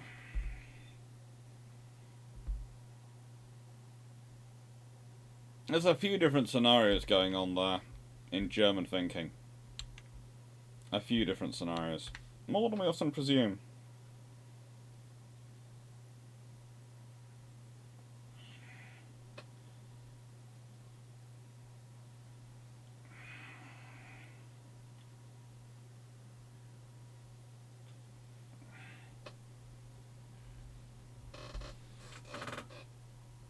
It could be fun. I do need to start doing some more collabs. I do know I do need to do some collabs and sort of talk with people.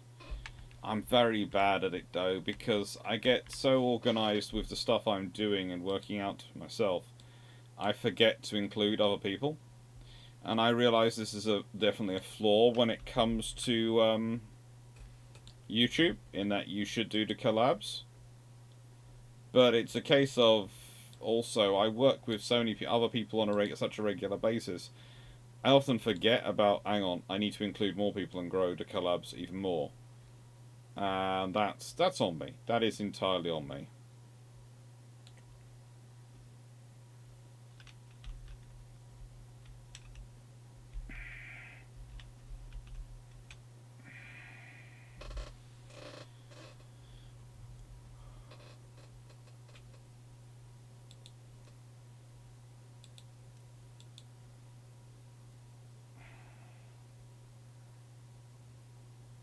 I do build trumps, yeah. And build trumps is a lot of fun. Build trumps is actually a lot of work to organise. And it's not the only thing, only group I'm currently sort of pushing and organising. And that does, to an extent, it's going to sound strange, that takes a lot of time from producing videos when you're organising the group organisation of things. And I love it though, so it's worthwhile, but it does affect other things. It's like everything in life. Everything is a trade-off. You cannot have it all. As much as you might dream of having it all, you can't have it all. You have to trade off, you know, what you're doing with what you want to do.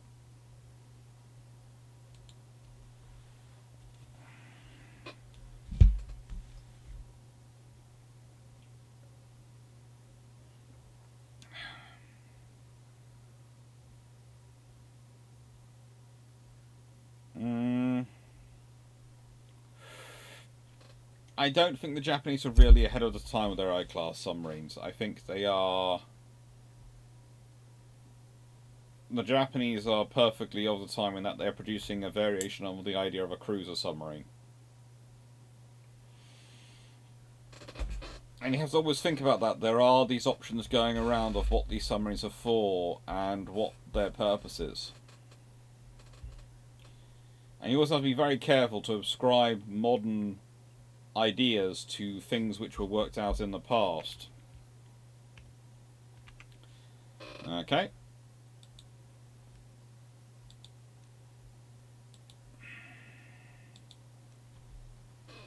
Turn off.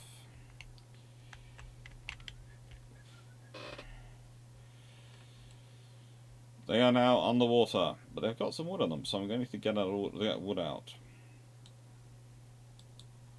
These have got a few more minutes of this.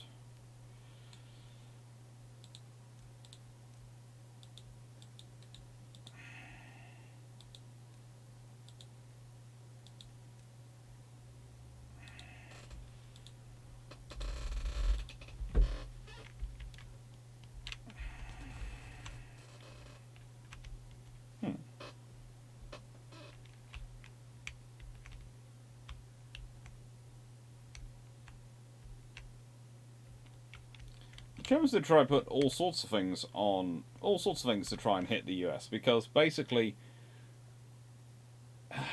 this always sounds horrible. When you realise that the Germans are acting out of desperation more than anything else as war goes on in World War II, you realise where all these crazy inventions come from. People go, but this could have been so powerful. Yes, but it didn't work, did it? Well, yes, but it could have been so powerful. It could have been so powerful, but it didn't work, did it? And that's ultimately the problem. It didn't work. And the reason it didn't work was because it can never work. And so they're actually wasting resources. They're chucking them on all these wonder weapons, which could work. If they worked, would be brilliant. But actually are wasted resources. And in the end, you realise they're chucking on them because no matter how many resources they chuck on the things which would have been sensible to chuck money on, they would never be able to produce enough of them. And if they can never have enough of them, they can never have a chance of winning. And that's ultimately their problem. They never have a chance of winning.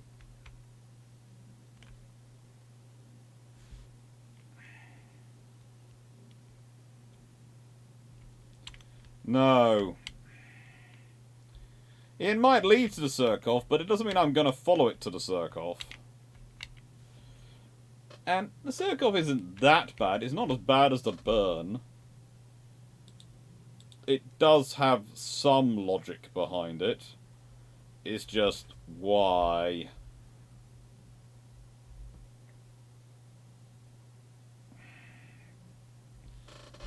German war effort is... It's like, I cannot understand the people who spend their time venerating such things and going, they were so brilliant. No, they weren't. They were freaking atrocious. They were absolutely terribly inefficient, terribly organised. They were probably the worst of any of the functioning powers, and yet you wish to venerate them. Why?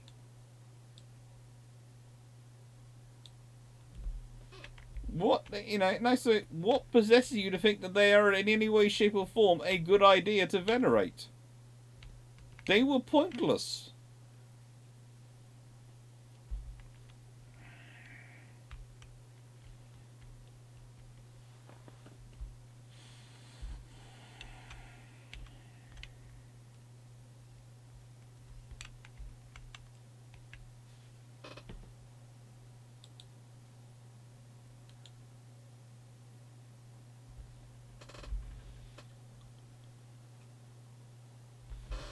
Well, this is my problem actually with the, I had to admit, with the Ajax system, because I've decided that's an attempt to recreate the German approach to armour construction in World War II.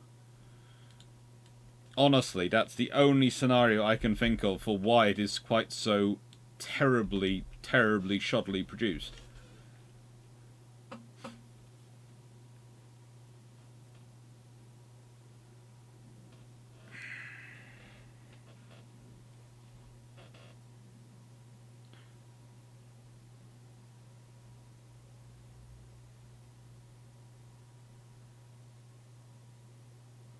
I'm not even getting involved in the idea of 11-inch gun. You know, the whole thing for the whole of this scenario, when you're dealing with these ships, is just a case of, oh my god, why? Why would you do it like that? What possessed you? What actually made you think that was in any way, shape or form a sensible, logical idea?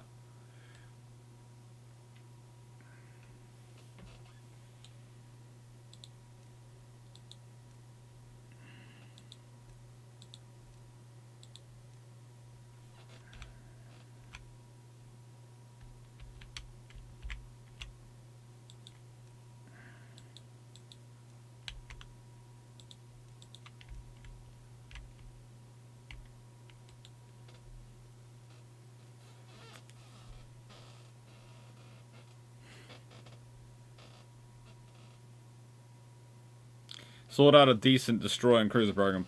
Oh, good lord. For the Kriegsmarine to actually sort out a decent destroyer and cruiser program would have been a feat of something amazing. Because the trouble is, their destroyers are... I don't know really how to describe them. But their destroyers are not built with the idea of fighting an actual war in mind.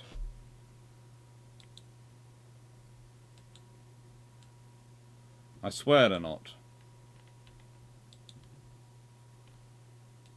Oh, those are going to be underwater shortly, aren't they?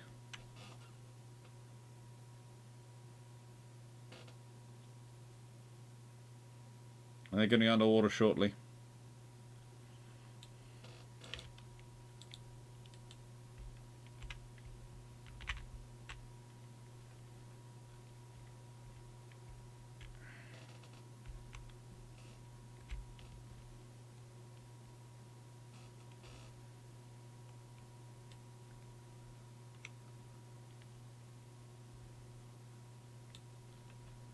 Right, so that's 4 down.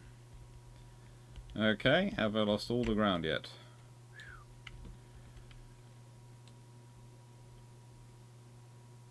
Well, that is 1, 2, 3, 4 down. Okay. So hopefully it doesn't raise up any more than this. But I can't remember, it's been a while since I played this one. Been a while. I make these things and then I leave them for ages, and then I go back and play and go, oh good lord, what little troubles have I stuck for myself? Because I made this map. After seeing another map like it, I made it and went, mm-hmm. Yep.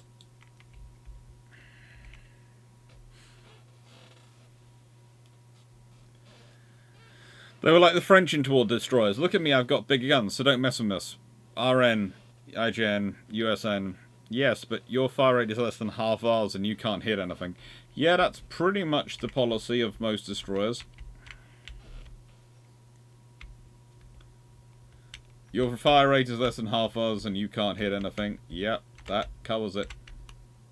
Dramatically covers it.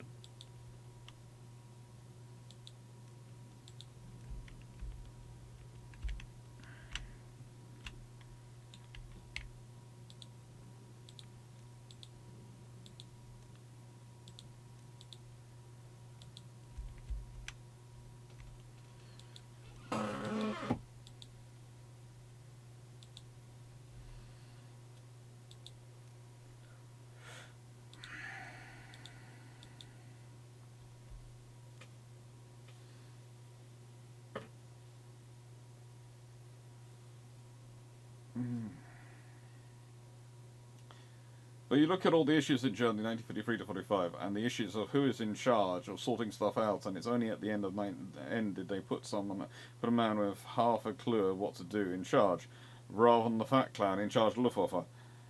Yes, that is when you put Goering in charge of on the office of the 5-year plan, in charge of things, you have to expect it to be quite terrible. But there is also the fact that Goering spends most of his time fighting with other departments over the organisation of these 5-year plans.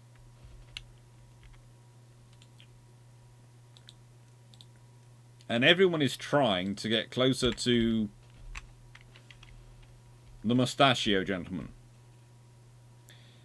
And yeah, I do find it funny that you have to start calling him such things because the modern logarithm doesn't like him. And it's a case of, yeah, but if you start talking about him in such ways, you are actually magnifying the fear of the idiot.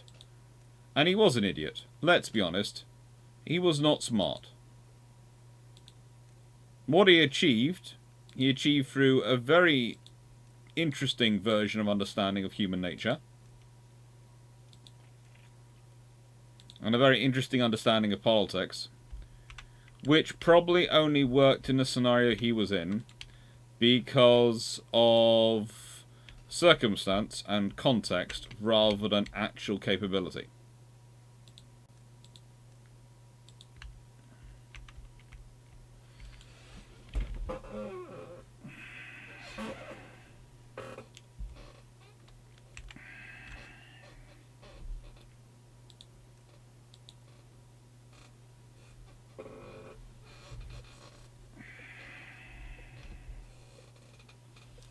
And also, here's the other thing. Who would actually want to be a dictator? The amount of effort that has to go into keeping yourself in charge and dealing with threats to your regime, you never get a moment off. It's terrible, terrible.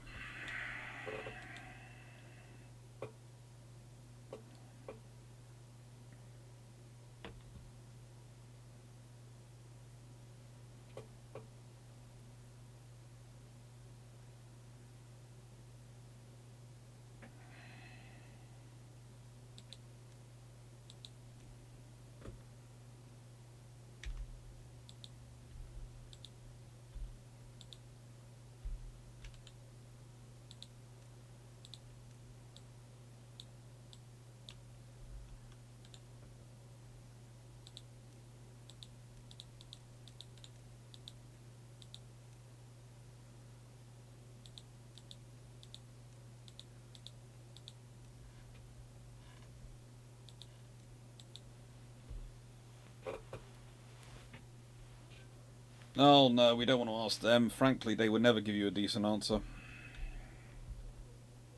They spend most of their time justifying their ego trips.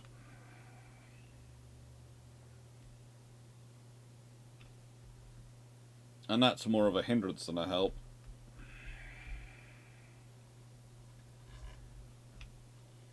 Especially their ego trips themselves. They are more of a hindrance than a help.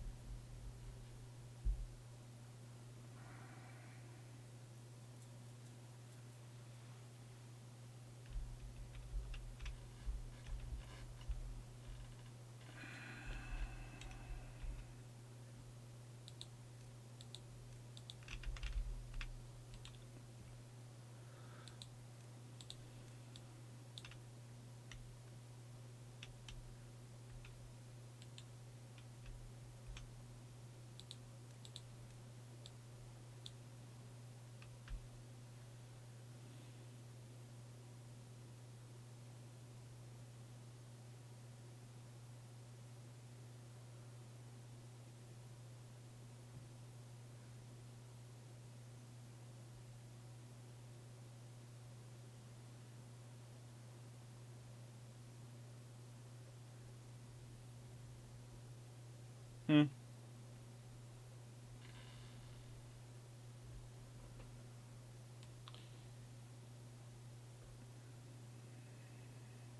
Has anyone here read the Rogel Dawn book in Warhammer 40k?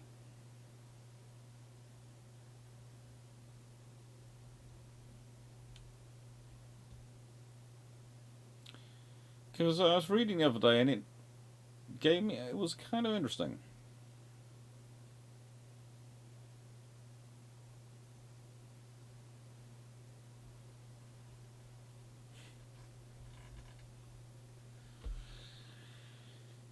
No, the first rule of dictatorship, first stage of dictatorship is not actually shooting all your opposition. That is many, many ways down the road. Your first, usually a dictator, is to consolidate your power without showing your hand. If you consider that, you consolidate yourself in power in a way that you get the power, and once you're secure in it, then you start taking out the opposition, not before. So you don't start off by shooting people. Most dictators have got to power not through shooting people, but through actually pretending to listen to people, more often than not. Making the case that they care, that they understand the trouble the people are going through and they will solve the problem. That they know the heartache the people suffer. That they truly, truly, truly care and will deliver you from the pain. And they will solve all the problems. That's the first thing a dictator promises, is to solve problems. Real or created, real or imagined, it doesn't matter. They promise to solve them all. And that's their selling point. They're going to solve your problems. Isn't that nice of them?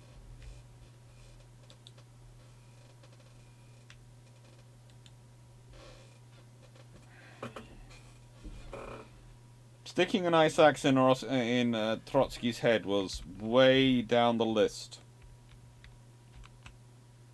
Way down the list of things Stalin did in Rise to Power. It was just not the way it was. It's the interesting things about human memory. We all remember those things that they do. But it's the little things they did to actually secure power we forget. We forget the things they actually did.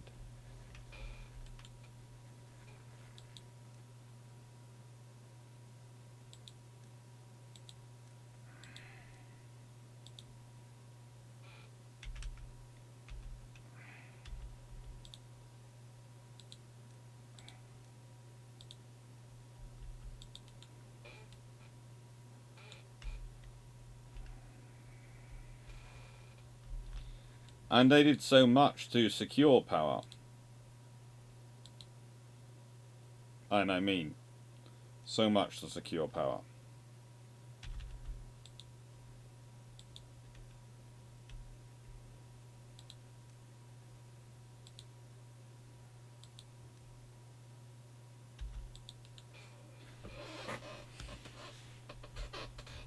Long before it came to actually killing people.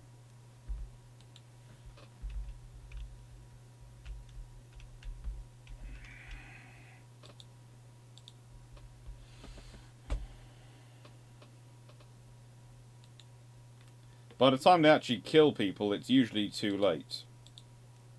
By the time they've got to the point at which they're confident enough they can kill people, they're confident enough that they can kill people and get away with it. And that's the problem for you.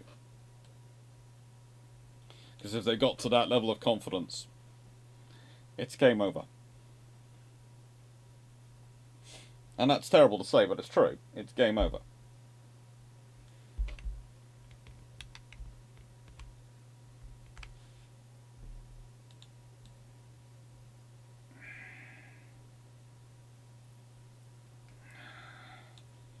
I have a feeling it's going to breach this level, isn't it? Oh, thank God, thank Lord, a drought has started. That might give me a bit of time to get the stuff out of here. But at a certain point, I'm going to have to build something to go down there and get the stuff out of there.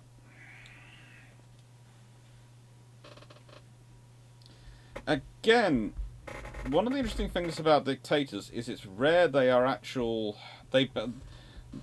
There is an interesting thing about whether or not a dictator is usually someone who becomes a psychopath or is born a psychopath. And that's an interesting discussion, which some various psychologists have had. Because all humans develop some level of behavioural tendencies which border along to that sort of area. But the thing is whether or not you act on it. That's the differential.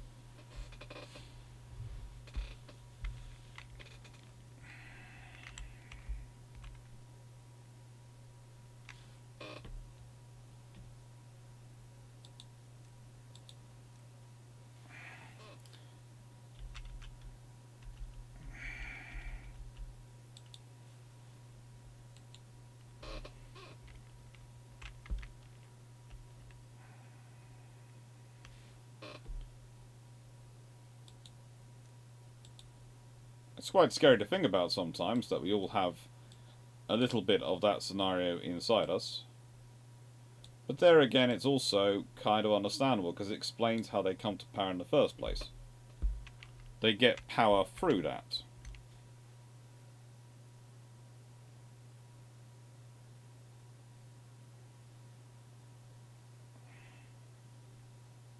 Well, that's another question. Are they a sociopath or a psychopath? Honestly,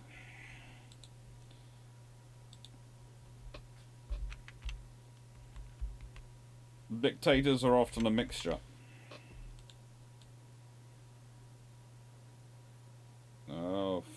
fudgicle. There's a lot of water coming my way, and I haven't started doing any science yet. But that's because I've been building up everything else so I can start supporting science.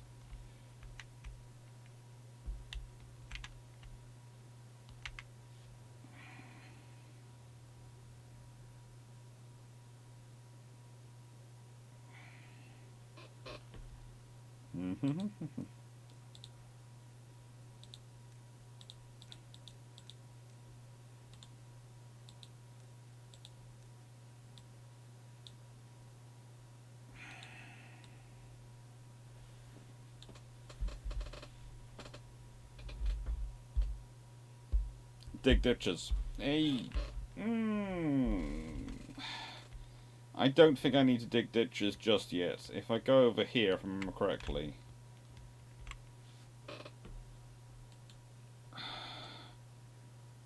I think it will rise, but I don't think it will rise much more than that. Once it's fallen into that gap, it won't go any higher. And then I have to start working out how to lower it down. So that's probably going to involve me digging a lot of ditches in here. I'm going to have to use probably explosives to blow this up and get this out of the way. And I might even have to try and blow that up. I'm not sure if I can blow that up, but you know, I think I might have to.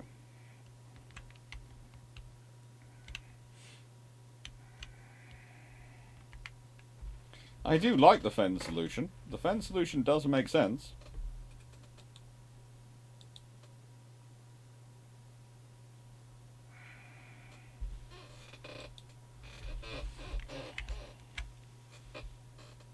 Just no need to, just can't apply the fen solution yet because I haven't got... Well, to apply the fen solution I would need explosives. For explosives I need paper, for paper I need timber, and I also need a whole lot of power.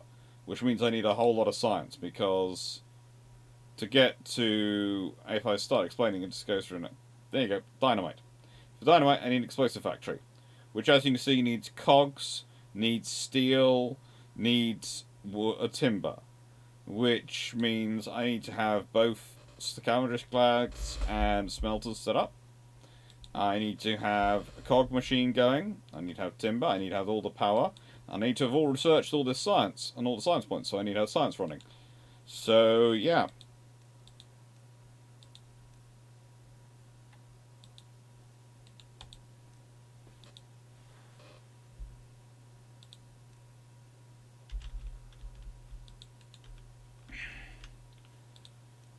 Basically, it's that is the solution I'll be going for, but it's going to be a while before I get to that solution.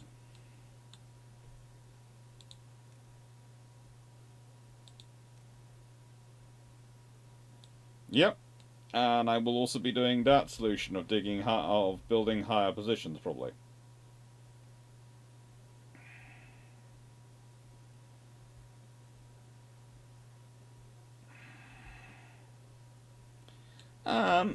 Not so much a new game. I didn't feel like UAD this evening because I spent the whole day dealing with various weird things on various designing programs of ship designings and just going, I hate you all.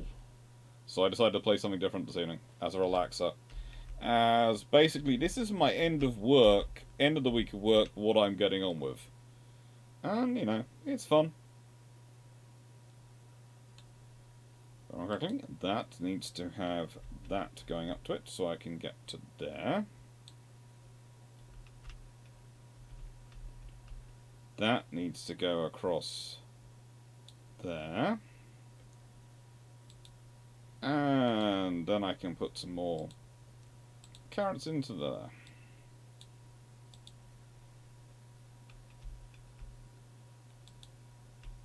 It's always good to plant more carrots. Always good to plant more carrots.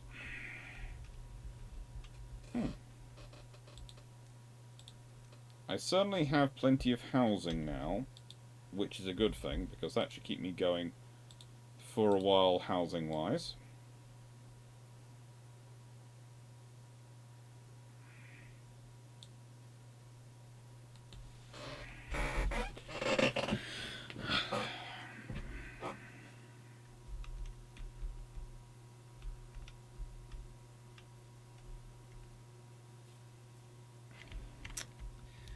But I need some science, so I'm probably going to do some research up here.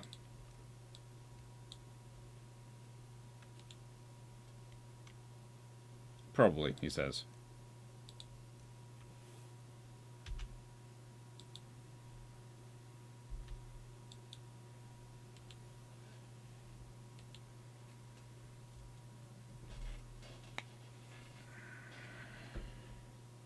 How you doing, Malaga?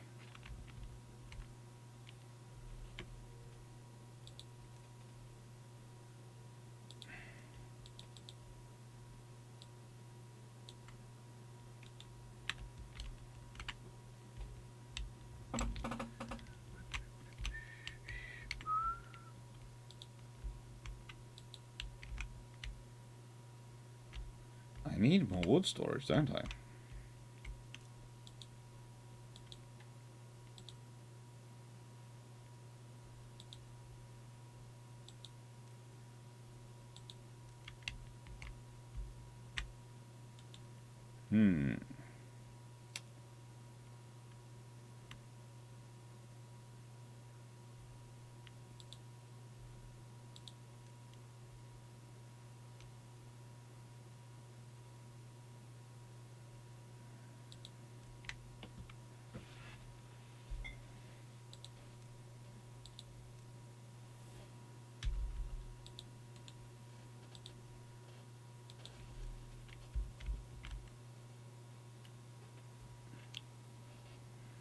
Just waiting for workday to end. Yep.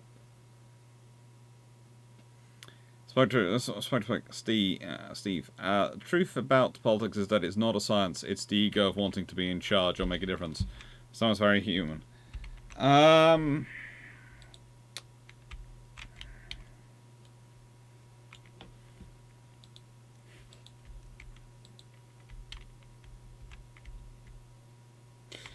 always remember a discussion about it. About politics.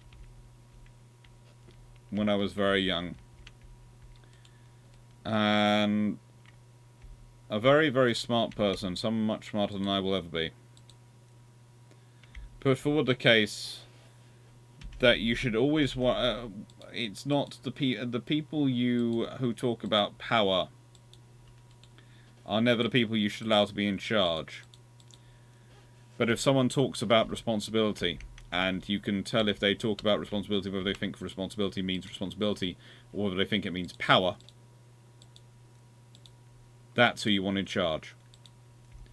People who think about responsibility, not power.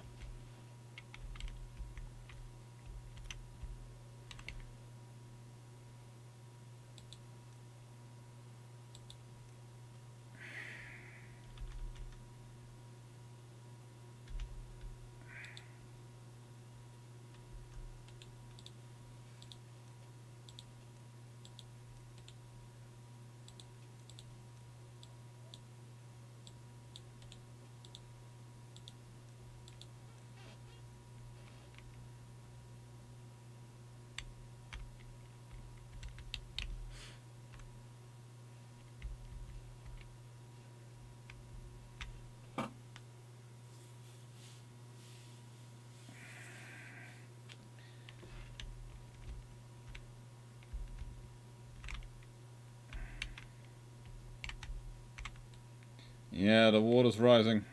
They're going to be overtaken shortly, aren't they?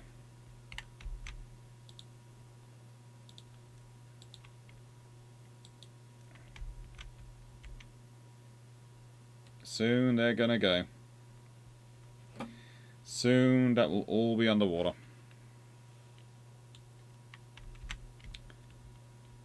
Yes, because...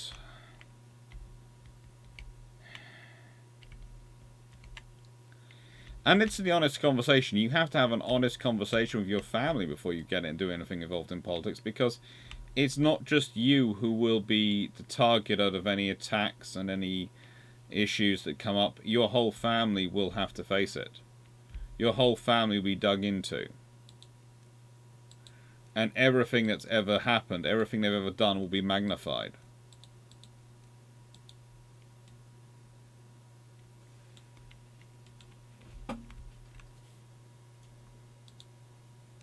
And that, for some reason, deters people from getting involved in politics. I can't think why. I can't think why that scenario would deter people from getting involved in politics.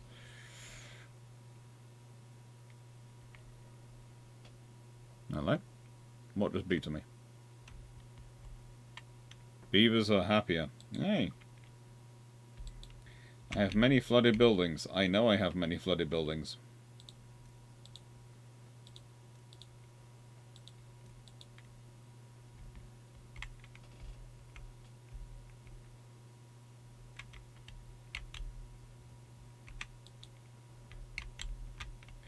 That's been emptied. No goods in stock. That's good. That's been emptied. No goods in stock. That's good. Emptied. No goods in stock. Thank you. No goods in stock. I want to wait till all the goods have been taken out, and then I turn it off.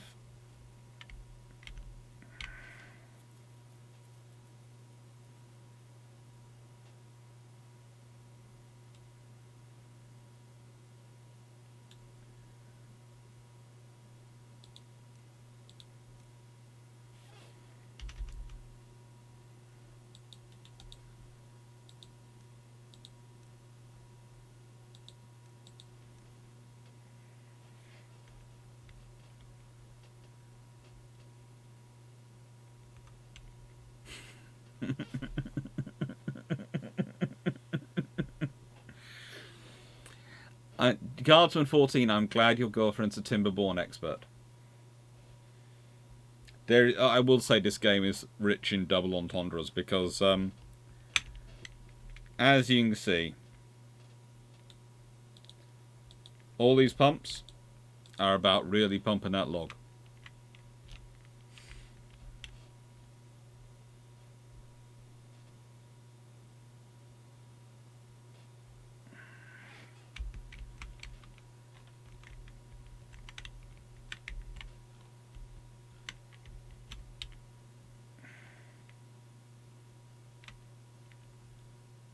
And they do really like carrying their wood around.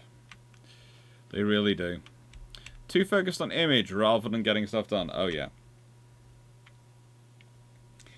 Absolutely. Absolutely too focused on image. But to be fair again, we then sort of sometimes people turn around and go, oh, this is something new, and I go, really? You think it's new for politics to be focused on image? I'm sorry, I've got to introduce you to something called the Julius Caesar and the Roman Empire and the Roman Republic. As long as politicians have been around, they've been focused on image. Why? Because image is perception, and perception is their most powerful tool of politics.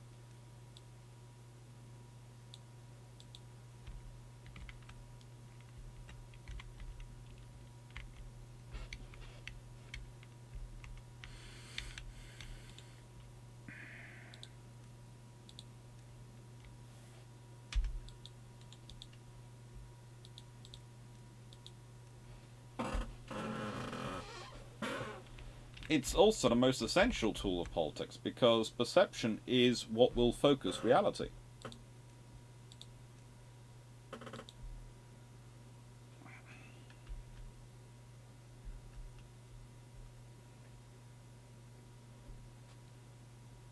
Yeah. Exactly. Alexander the Great did like a good image, which is why he's called the Great. Not the mildly good or the half decent. Nope, he's called the Great.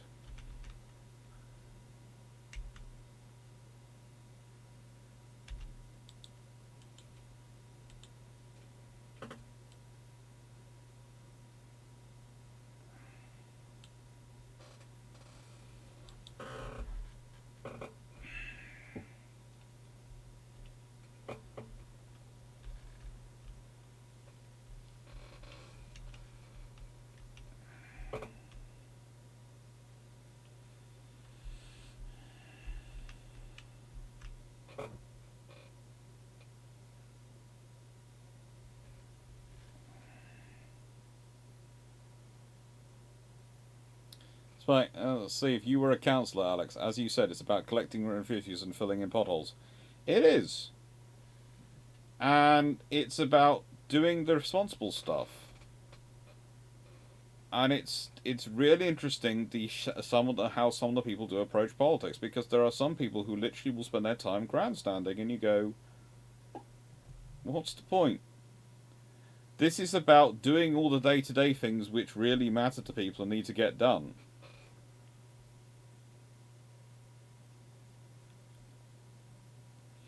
Germans for their cruiser program should have copied the French mine layer cruiser, and that would have been an own nightmare.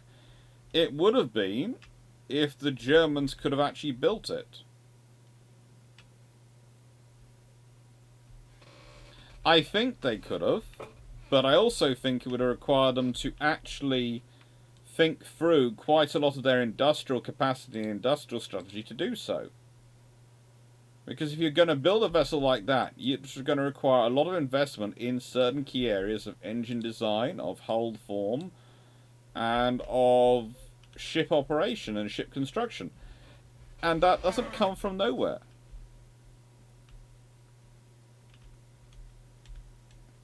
You know, it's the really interesting thing. In World War One, you would have to say the Germans are probably the scariest when it comes to mine warfare. When you get to World War Two, I'd argue it's probably the British. Because the British learnt from their experience and really suffered at the hands of mines in World War One, so by World War Two, they're obsessed with them.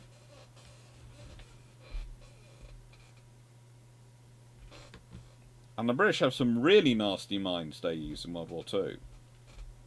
One of the things that's often forgotten is one of the first opening acts the British do in World War Two is to mine the German rivers.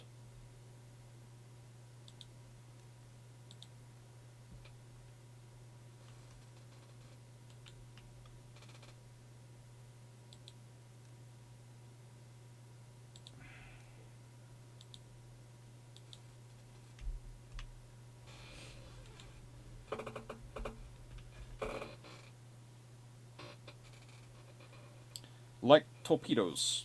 Yeah. Yeah. It is the case that the British spend a lot of time in the interwar years developing their torpedoes, developing their mines, developing all these systems. And when World War II comes around, they are really very good. And these are not the systems which get a lot of headlines, which are going to make people go, ooh, it's so sexy. But they're the systems which will win a war.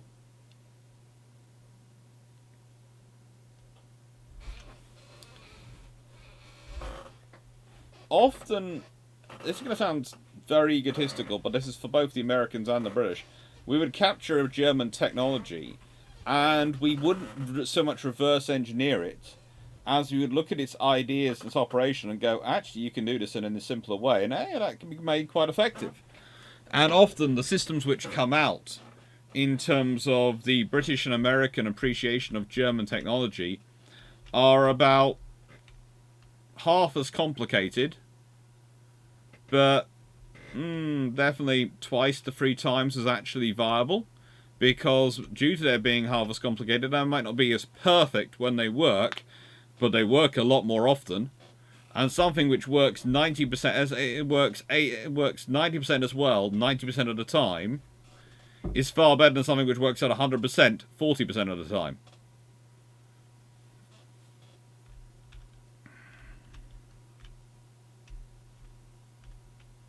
And that was the trouble for the Germans. They were chronic believers in building perfection, without actually defining really what perfection was.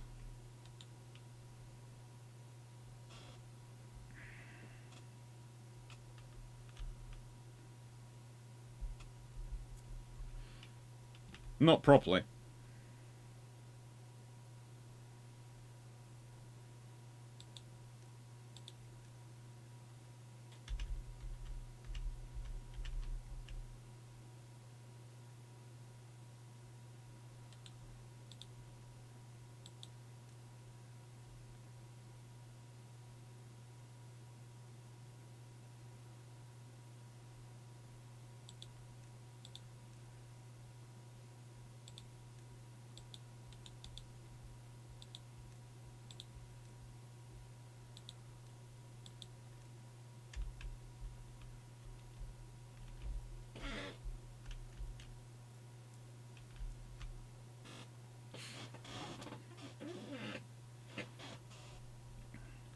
Sherman versus the Panther. Yep. The Sherman is not a bad tank. It's not a perfect tank, but it's not a bad tank. And it's very, very adaptable. That was the big advantage of the Sherman. The British and Americans could adapt them to so many things. You look at the number of variants that they come out and how quickly those variants come out and how quickly they can improve their tanks. And also how quickly they can maintain those tanks and keep them in the field.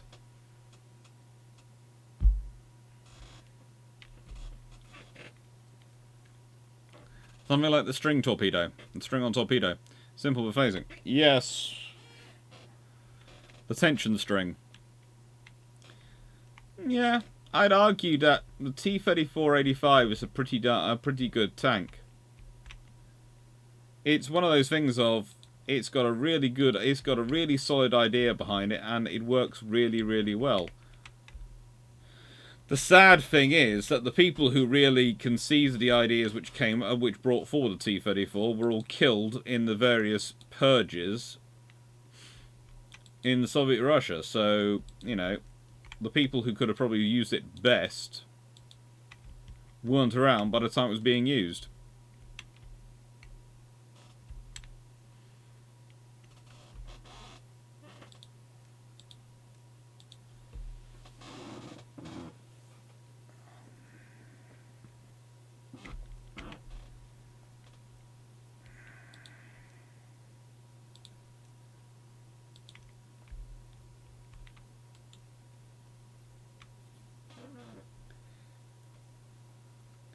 Stalin was an absolute, absolute, 100%, total, absolute,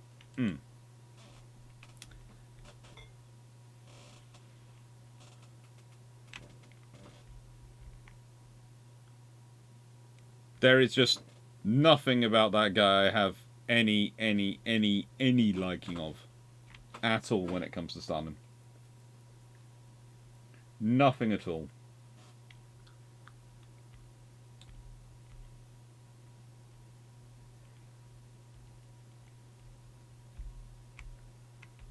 And I find it very disturbing that people sometimes sort of seem to think they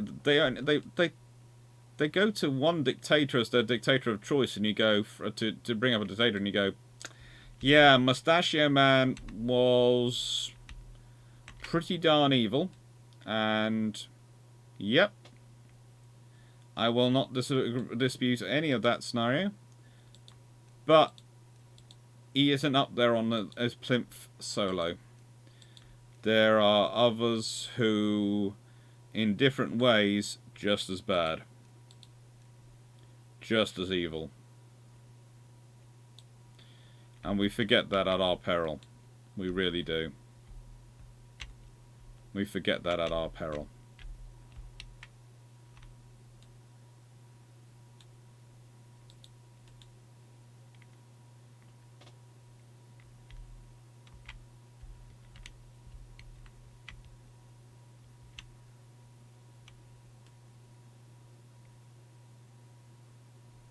Why is there no water pouring down there?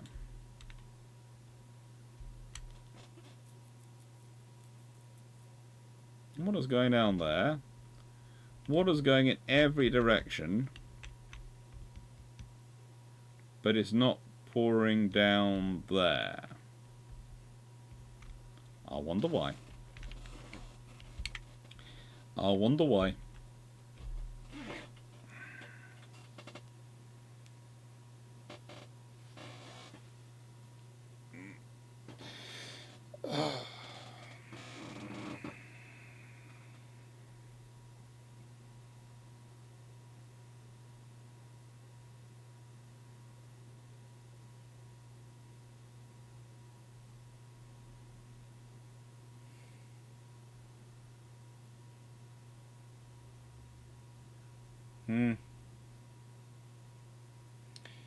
I would hate to think of anyone hero worshipping any dictator, frankly.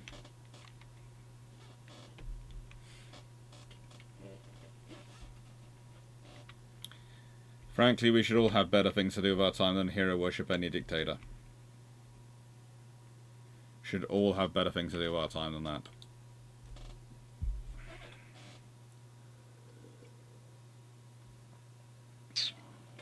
That's lowballing it somewhat, Cards 114. That's lowballing it somewhat.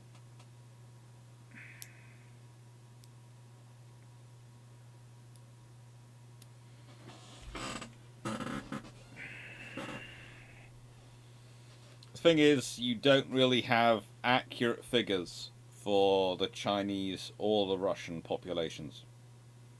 We're sort of getting them now. We sort of had them recently, but, you know, again, it's nowadays we have sources outside of government-controlled sources that we can start doing some accurate population estimating, and it's a case of, oh, sugar. These countries really are up a creek without a paddle.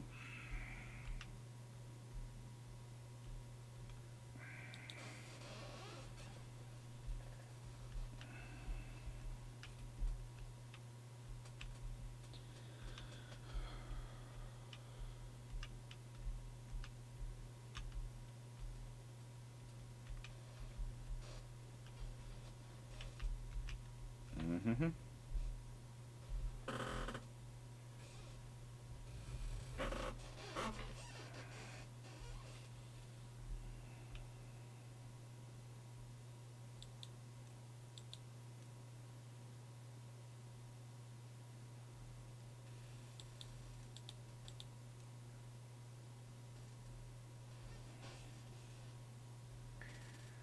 I need, let's see, 370.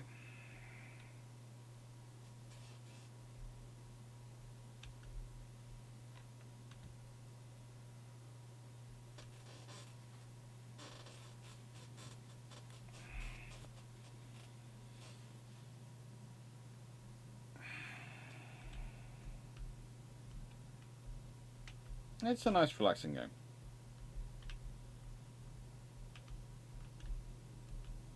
Now, as you can see, I've now got timber coming out, and I've got the wood coming in, I've got the water coming in, I've got the food coming in. Still don't have really enough surplus population, but I do have some research going on. I don't have roads all built because I haven't chopped down all these trees, but I'm trying not to do a clearance system. I'm trying to chop down the trees as quickly as I can.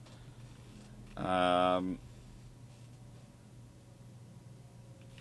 least I have plenty of. I have some spaces for them to go at night and rest. I am missing one piece of key care, which I should probably have set up, and that is some gnashes. Yeah, they're going to need some places to go and clean their teeth, aren't they? Those can go there. Grindstone. Grindstone.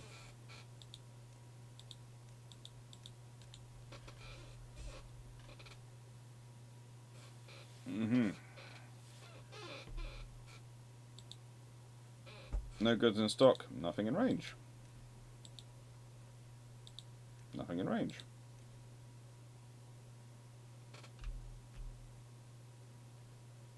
So we build a house there.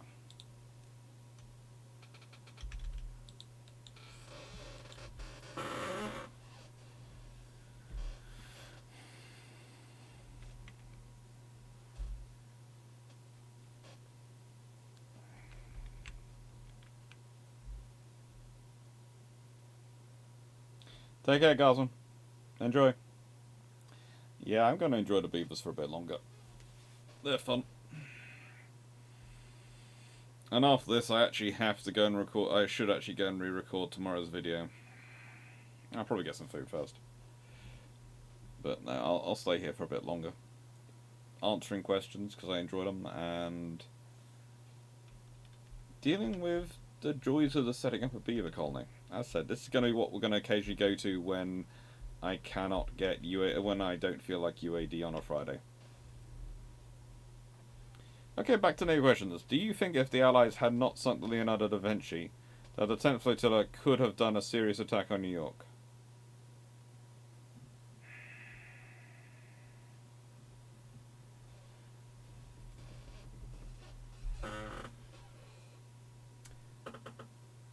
There is a possibility. They certainly have the range, but Leonardo da Vinci had, of course, been the highest scoring submarine of the Italians in World War Two, and had been doing a lot of work in the Indian Ocean. So it had been very successful in an area where there were far more limited anti-submarine warfare assets, and where the things were far less protected, convoyed.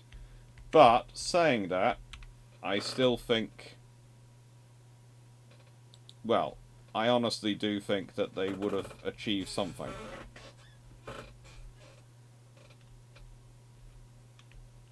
Yeah, I'm going to have to start doing that, because otherwise those logs are never going to get used up.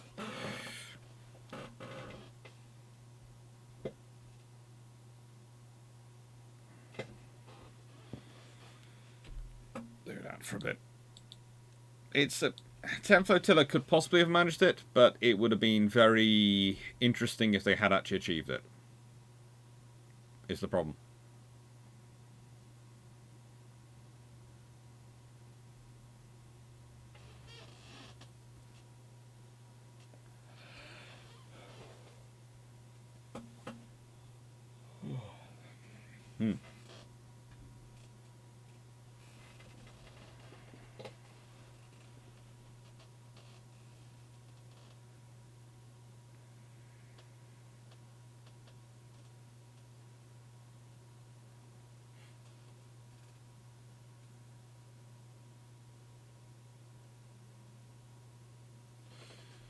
Hmm. I'd say the more and more you consider the Izumo class, the more and more you sort of think they really are heading up to strength. They are heading up towards an aircraft carrier.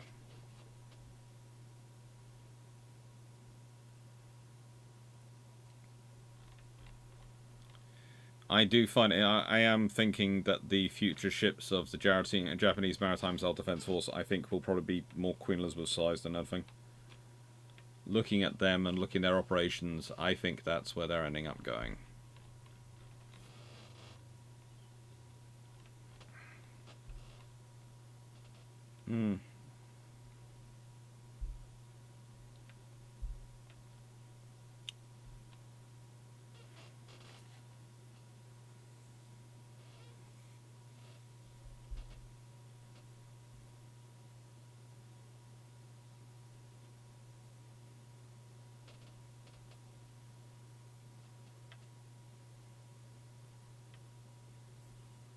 Honestly, the Japanese will probably wait till the first Chinese aircraft carrier wanders too close to their shores, and then announce they're getting aircraft carriers. Because that's what's going to justify it.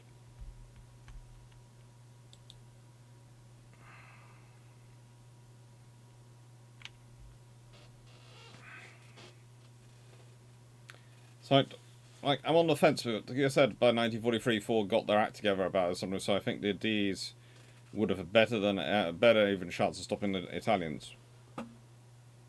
Have you seen the size of the American coast? And yes, they've sort of got their act together, but they haven't yet got themselves consolidated. It's one of those things. It takes a while before you get to the point of you've got the training, you've got the organisation. Now, have you got the ability to implement them with all the ships required? Have you got the training across the whole force? You have to look at the difficulty the British were having, and they were far more anti-submarine warfare orientated than the US Navy were. With the Canadian Navy and the other Commonwealth navies and getting them to anti-submarine warfare cycle. It isn't a quick process. Just having the ships and just having the personnel is not enough. It's having the ships, the personnel, and everything working together. And you might have one group which you can point to and go, well, they're working, that's great. But how are the other groups doing? And you need more than one group to actually deal with that many submarines. But I don't think, honestly... I think it would have been more of... I don't think it would have been a happy time. Again, I think it would have been more of a, oh, sugar, this is happening, let's deal with it scenario.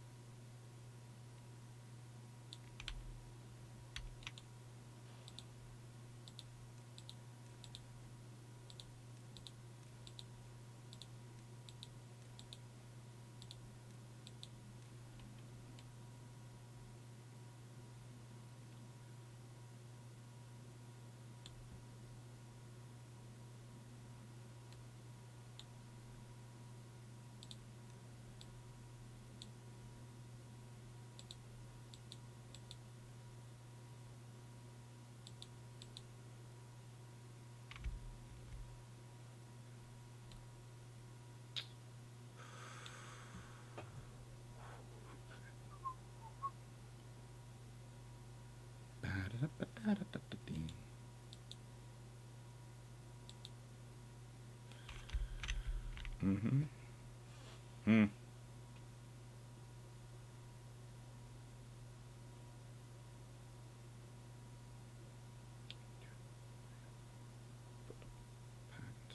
There.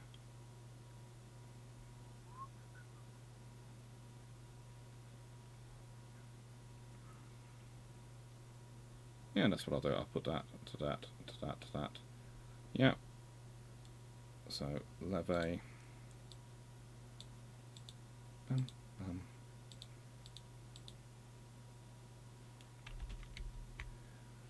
And then power, because I need a lot more of it.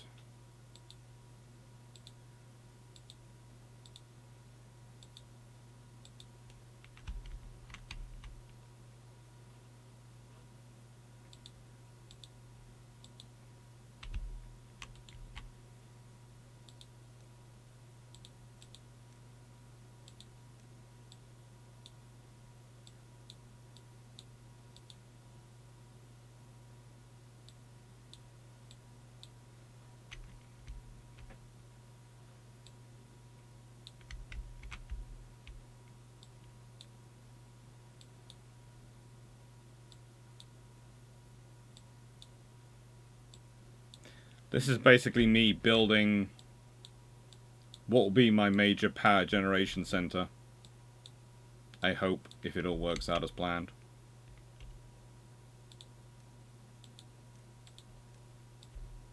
He says if it all works out as planned. That's always the proviso, is if it all works out as planned.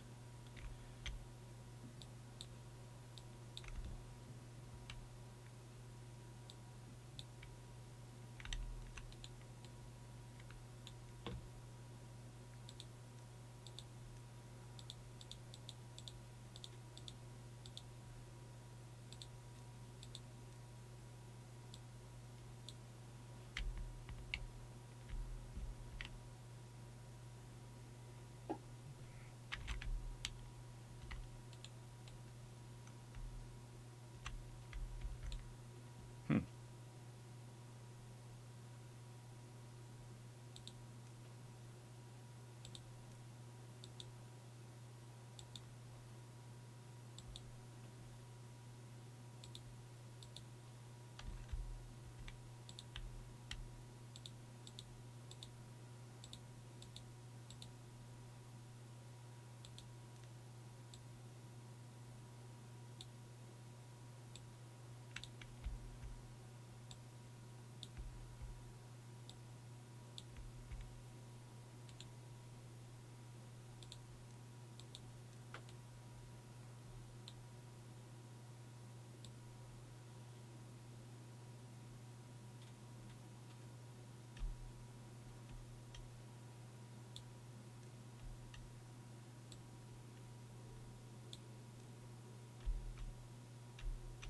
Yeah, that should do.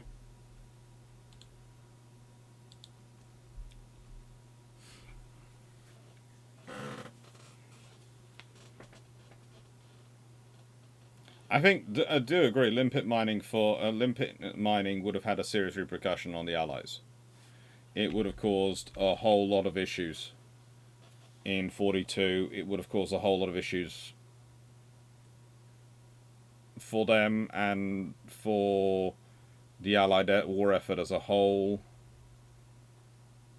It would have just been an absolute nightmare.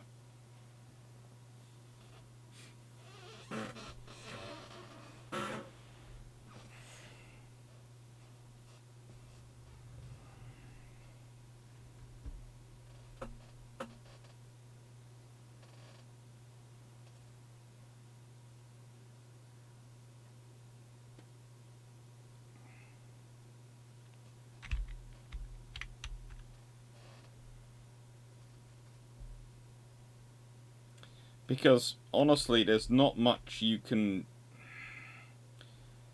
There is, of course, things you can do to deal with limpet mine attacks, but there's not as much as you would perhaps like to be able to do to deal with limpet mine attacks, because their very nature makes them very difficult to deal with.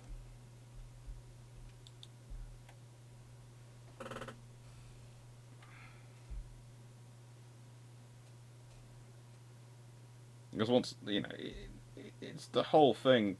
The the Germans had a whole issues with trying to get spies into America and Britain and saboteurs into America and Britain, but doing it commando style from submarines alleviates all sorts of problems you have with that scenario.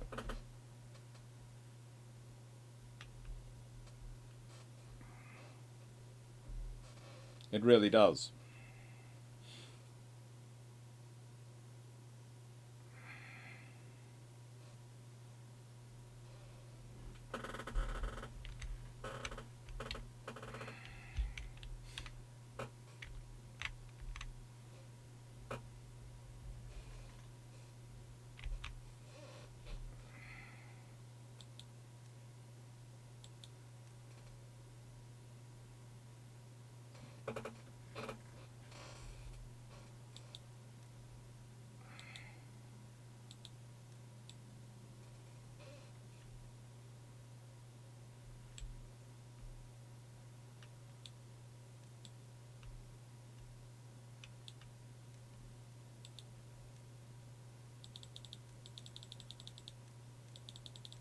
Do like the way this game does allow you to do that, to go through it and go, no, I need to go and check the layer below it. Does make your life a lot easier. But I can imagine it does also use up quite a fair chunk of processing power.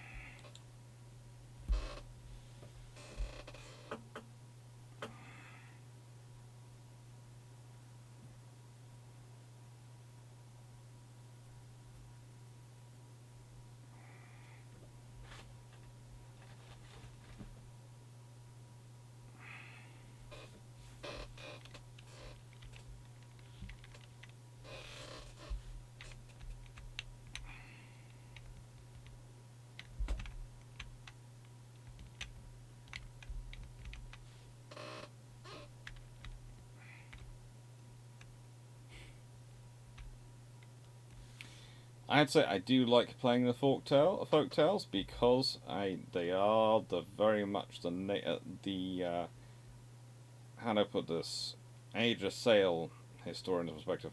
There again, their engine is kind of the engine of the Iron Tooth is kind of interesting.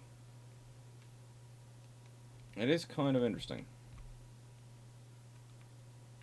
That's something to think about, certainly.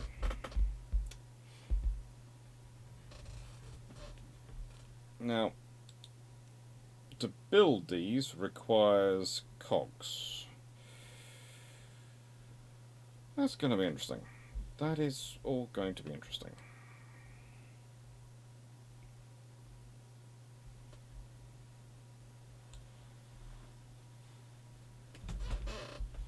It's going to be interesting. I'm going to have to get a lot of things constructed.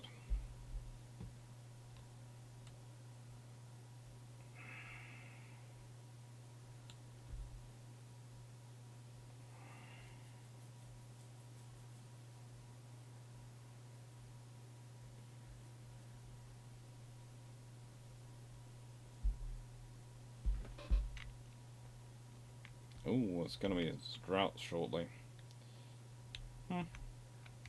It's always coming, this game. The drought is never a long time wait, it's always coming.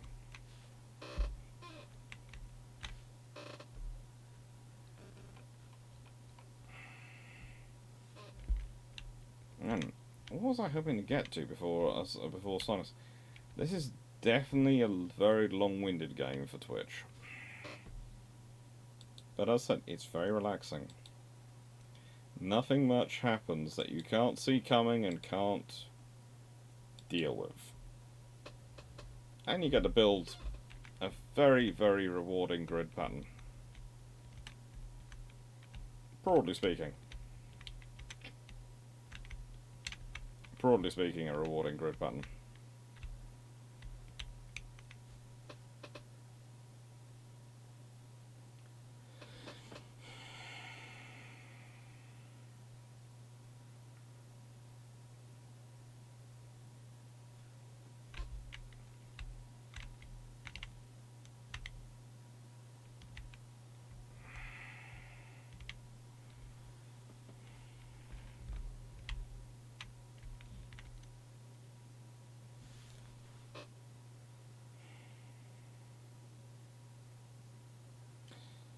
I would echo though what a couple of commenters have said a couple of times during this video, etc. This game is very good for giving you an idea of the sheer amount of things which go into a technological chain into a development, and how these things don't happen quickly. That everything takes time.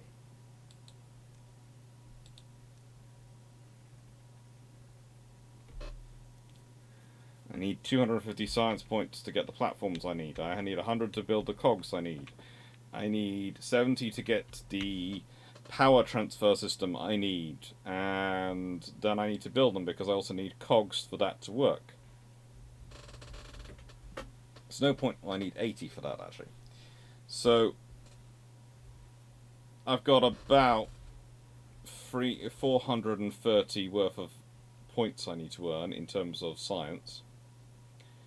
And I've also got several different items I need to build before I can have something as simple as a power shaft transfer system, which allows me to get power from the water wheel to here, which will allow me to power the things I need to power going forward, so I can then build wind power systems, so I can get power from the wind when the water's not turning, and then eventually can build these massive gravity batteries, which are an interesting idea.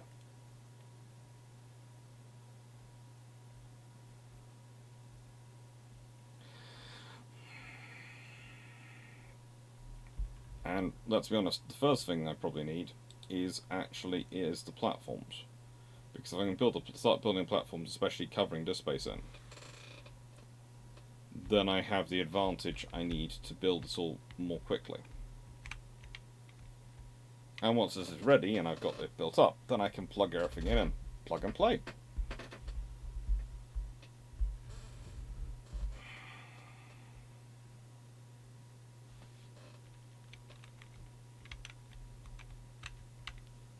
And then you have new problems because you have to then build explosives and other things.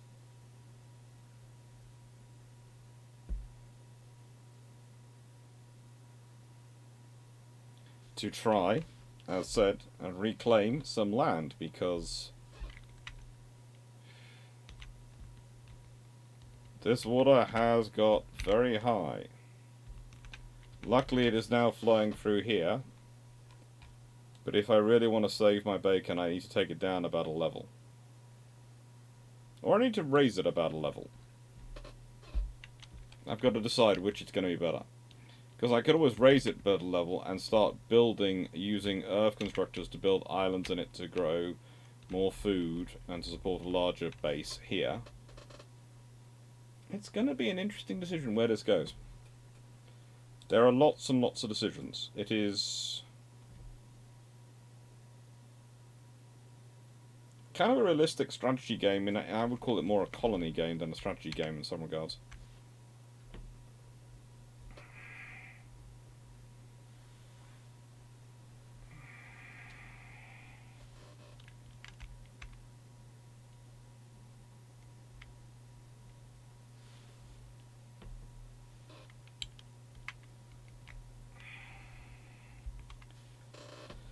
So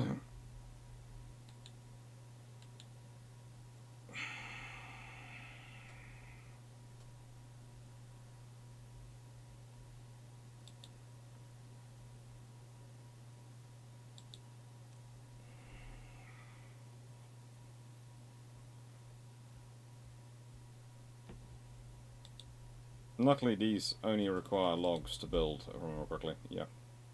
A lot of logs, but they only require logs.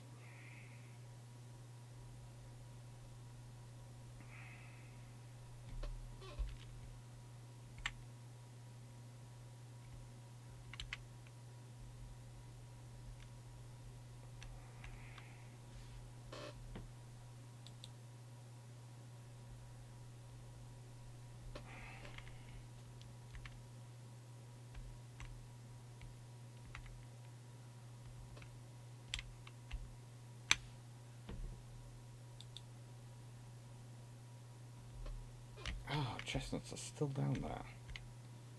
That's so annoying. So annoying.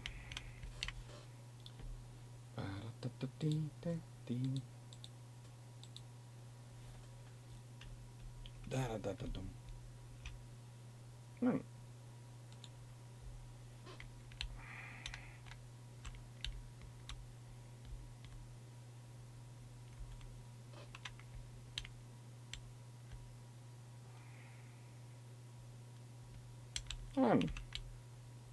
I've said that twice now, so I'm gonna go.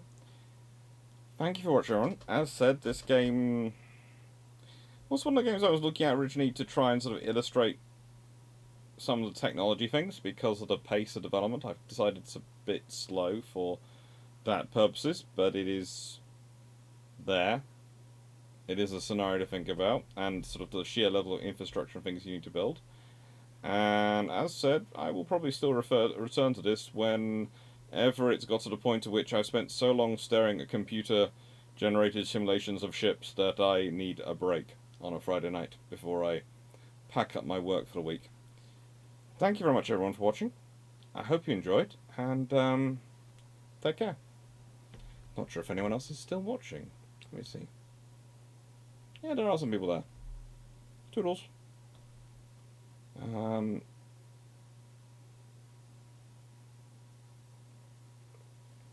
It's amazing when it seems to go out of focus when I do that. Take care, CD Cameron, Spike 2 Spike, and Malga. Have fun, and toodles. Take care. No, it's not going to move on for anything quickly. It never does in this game. I'll save this.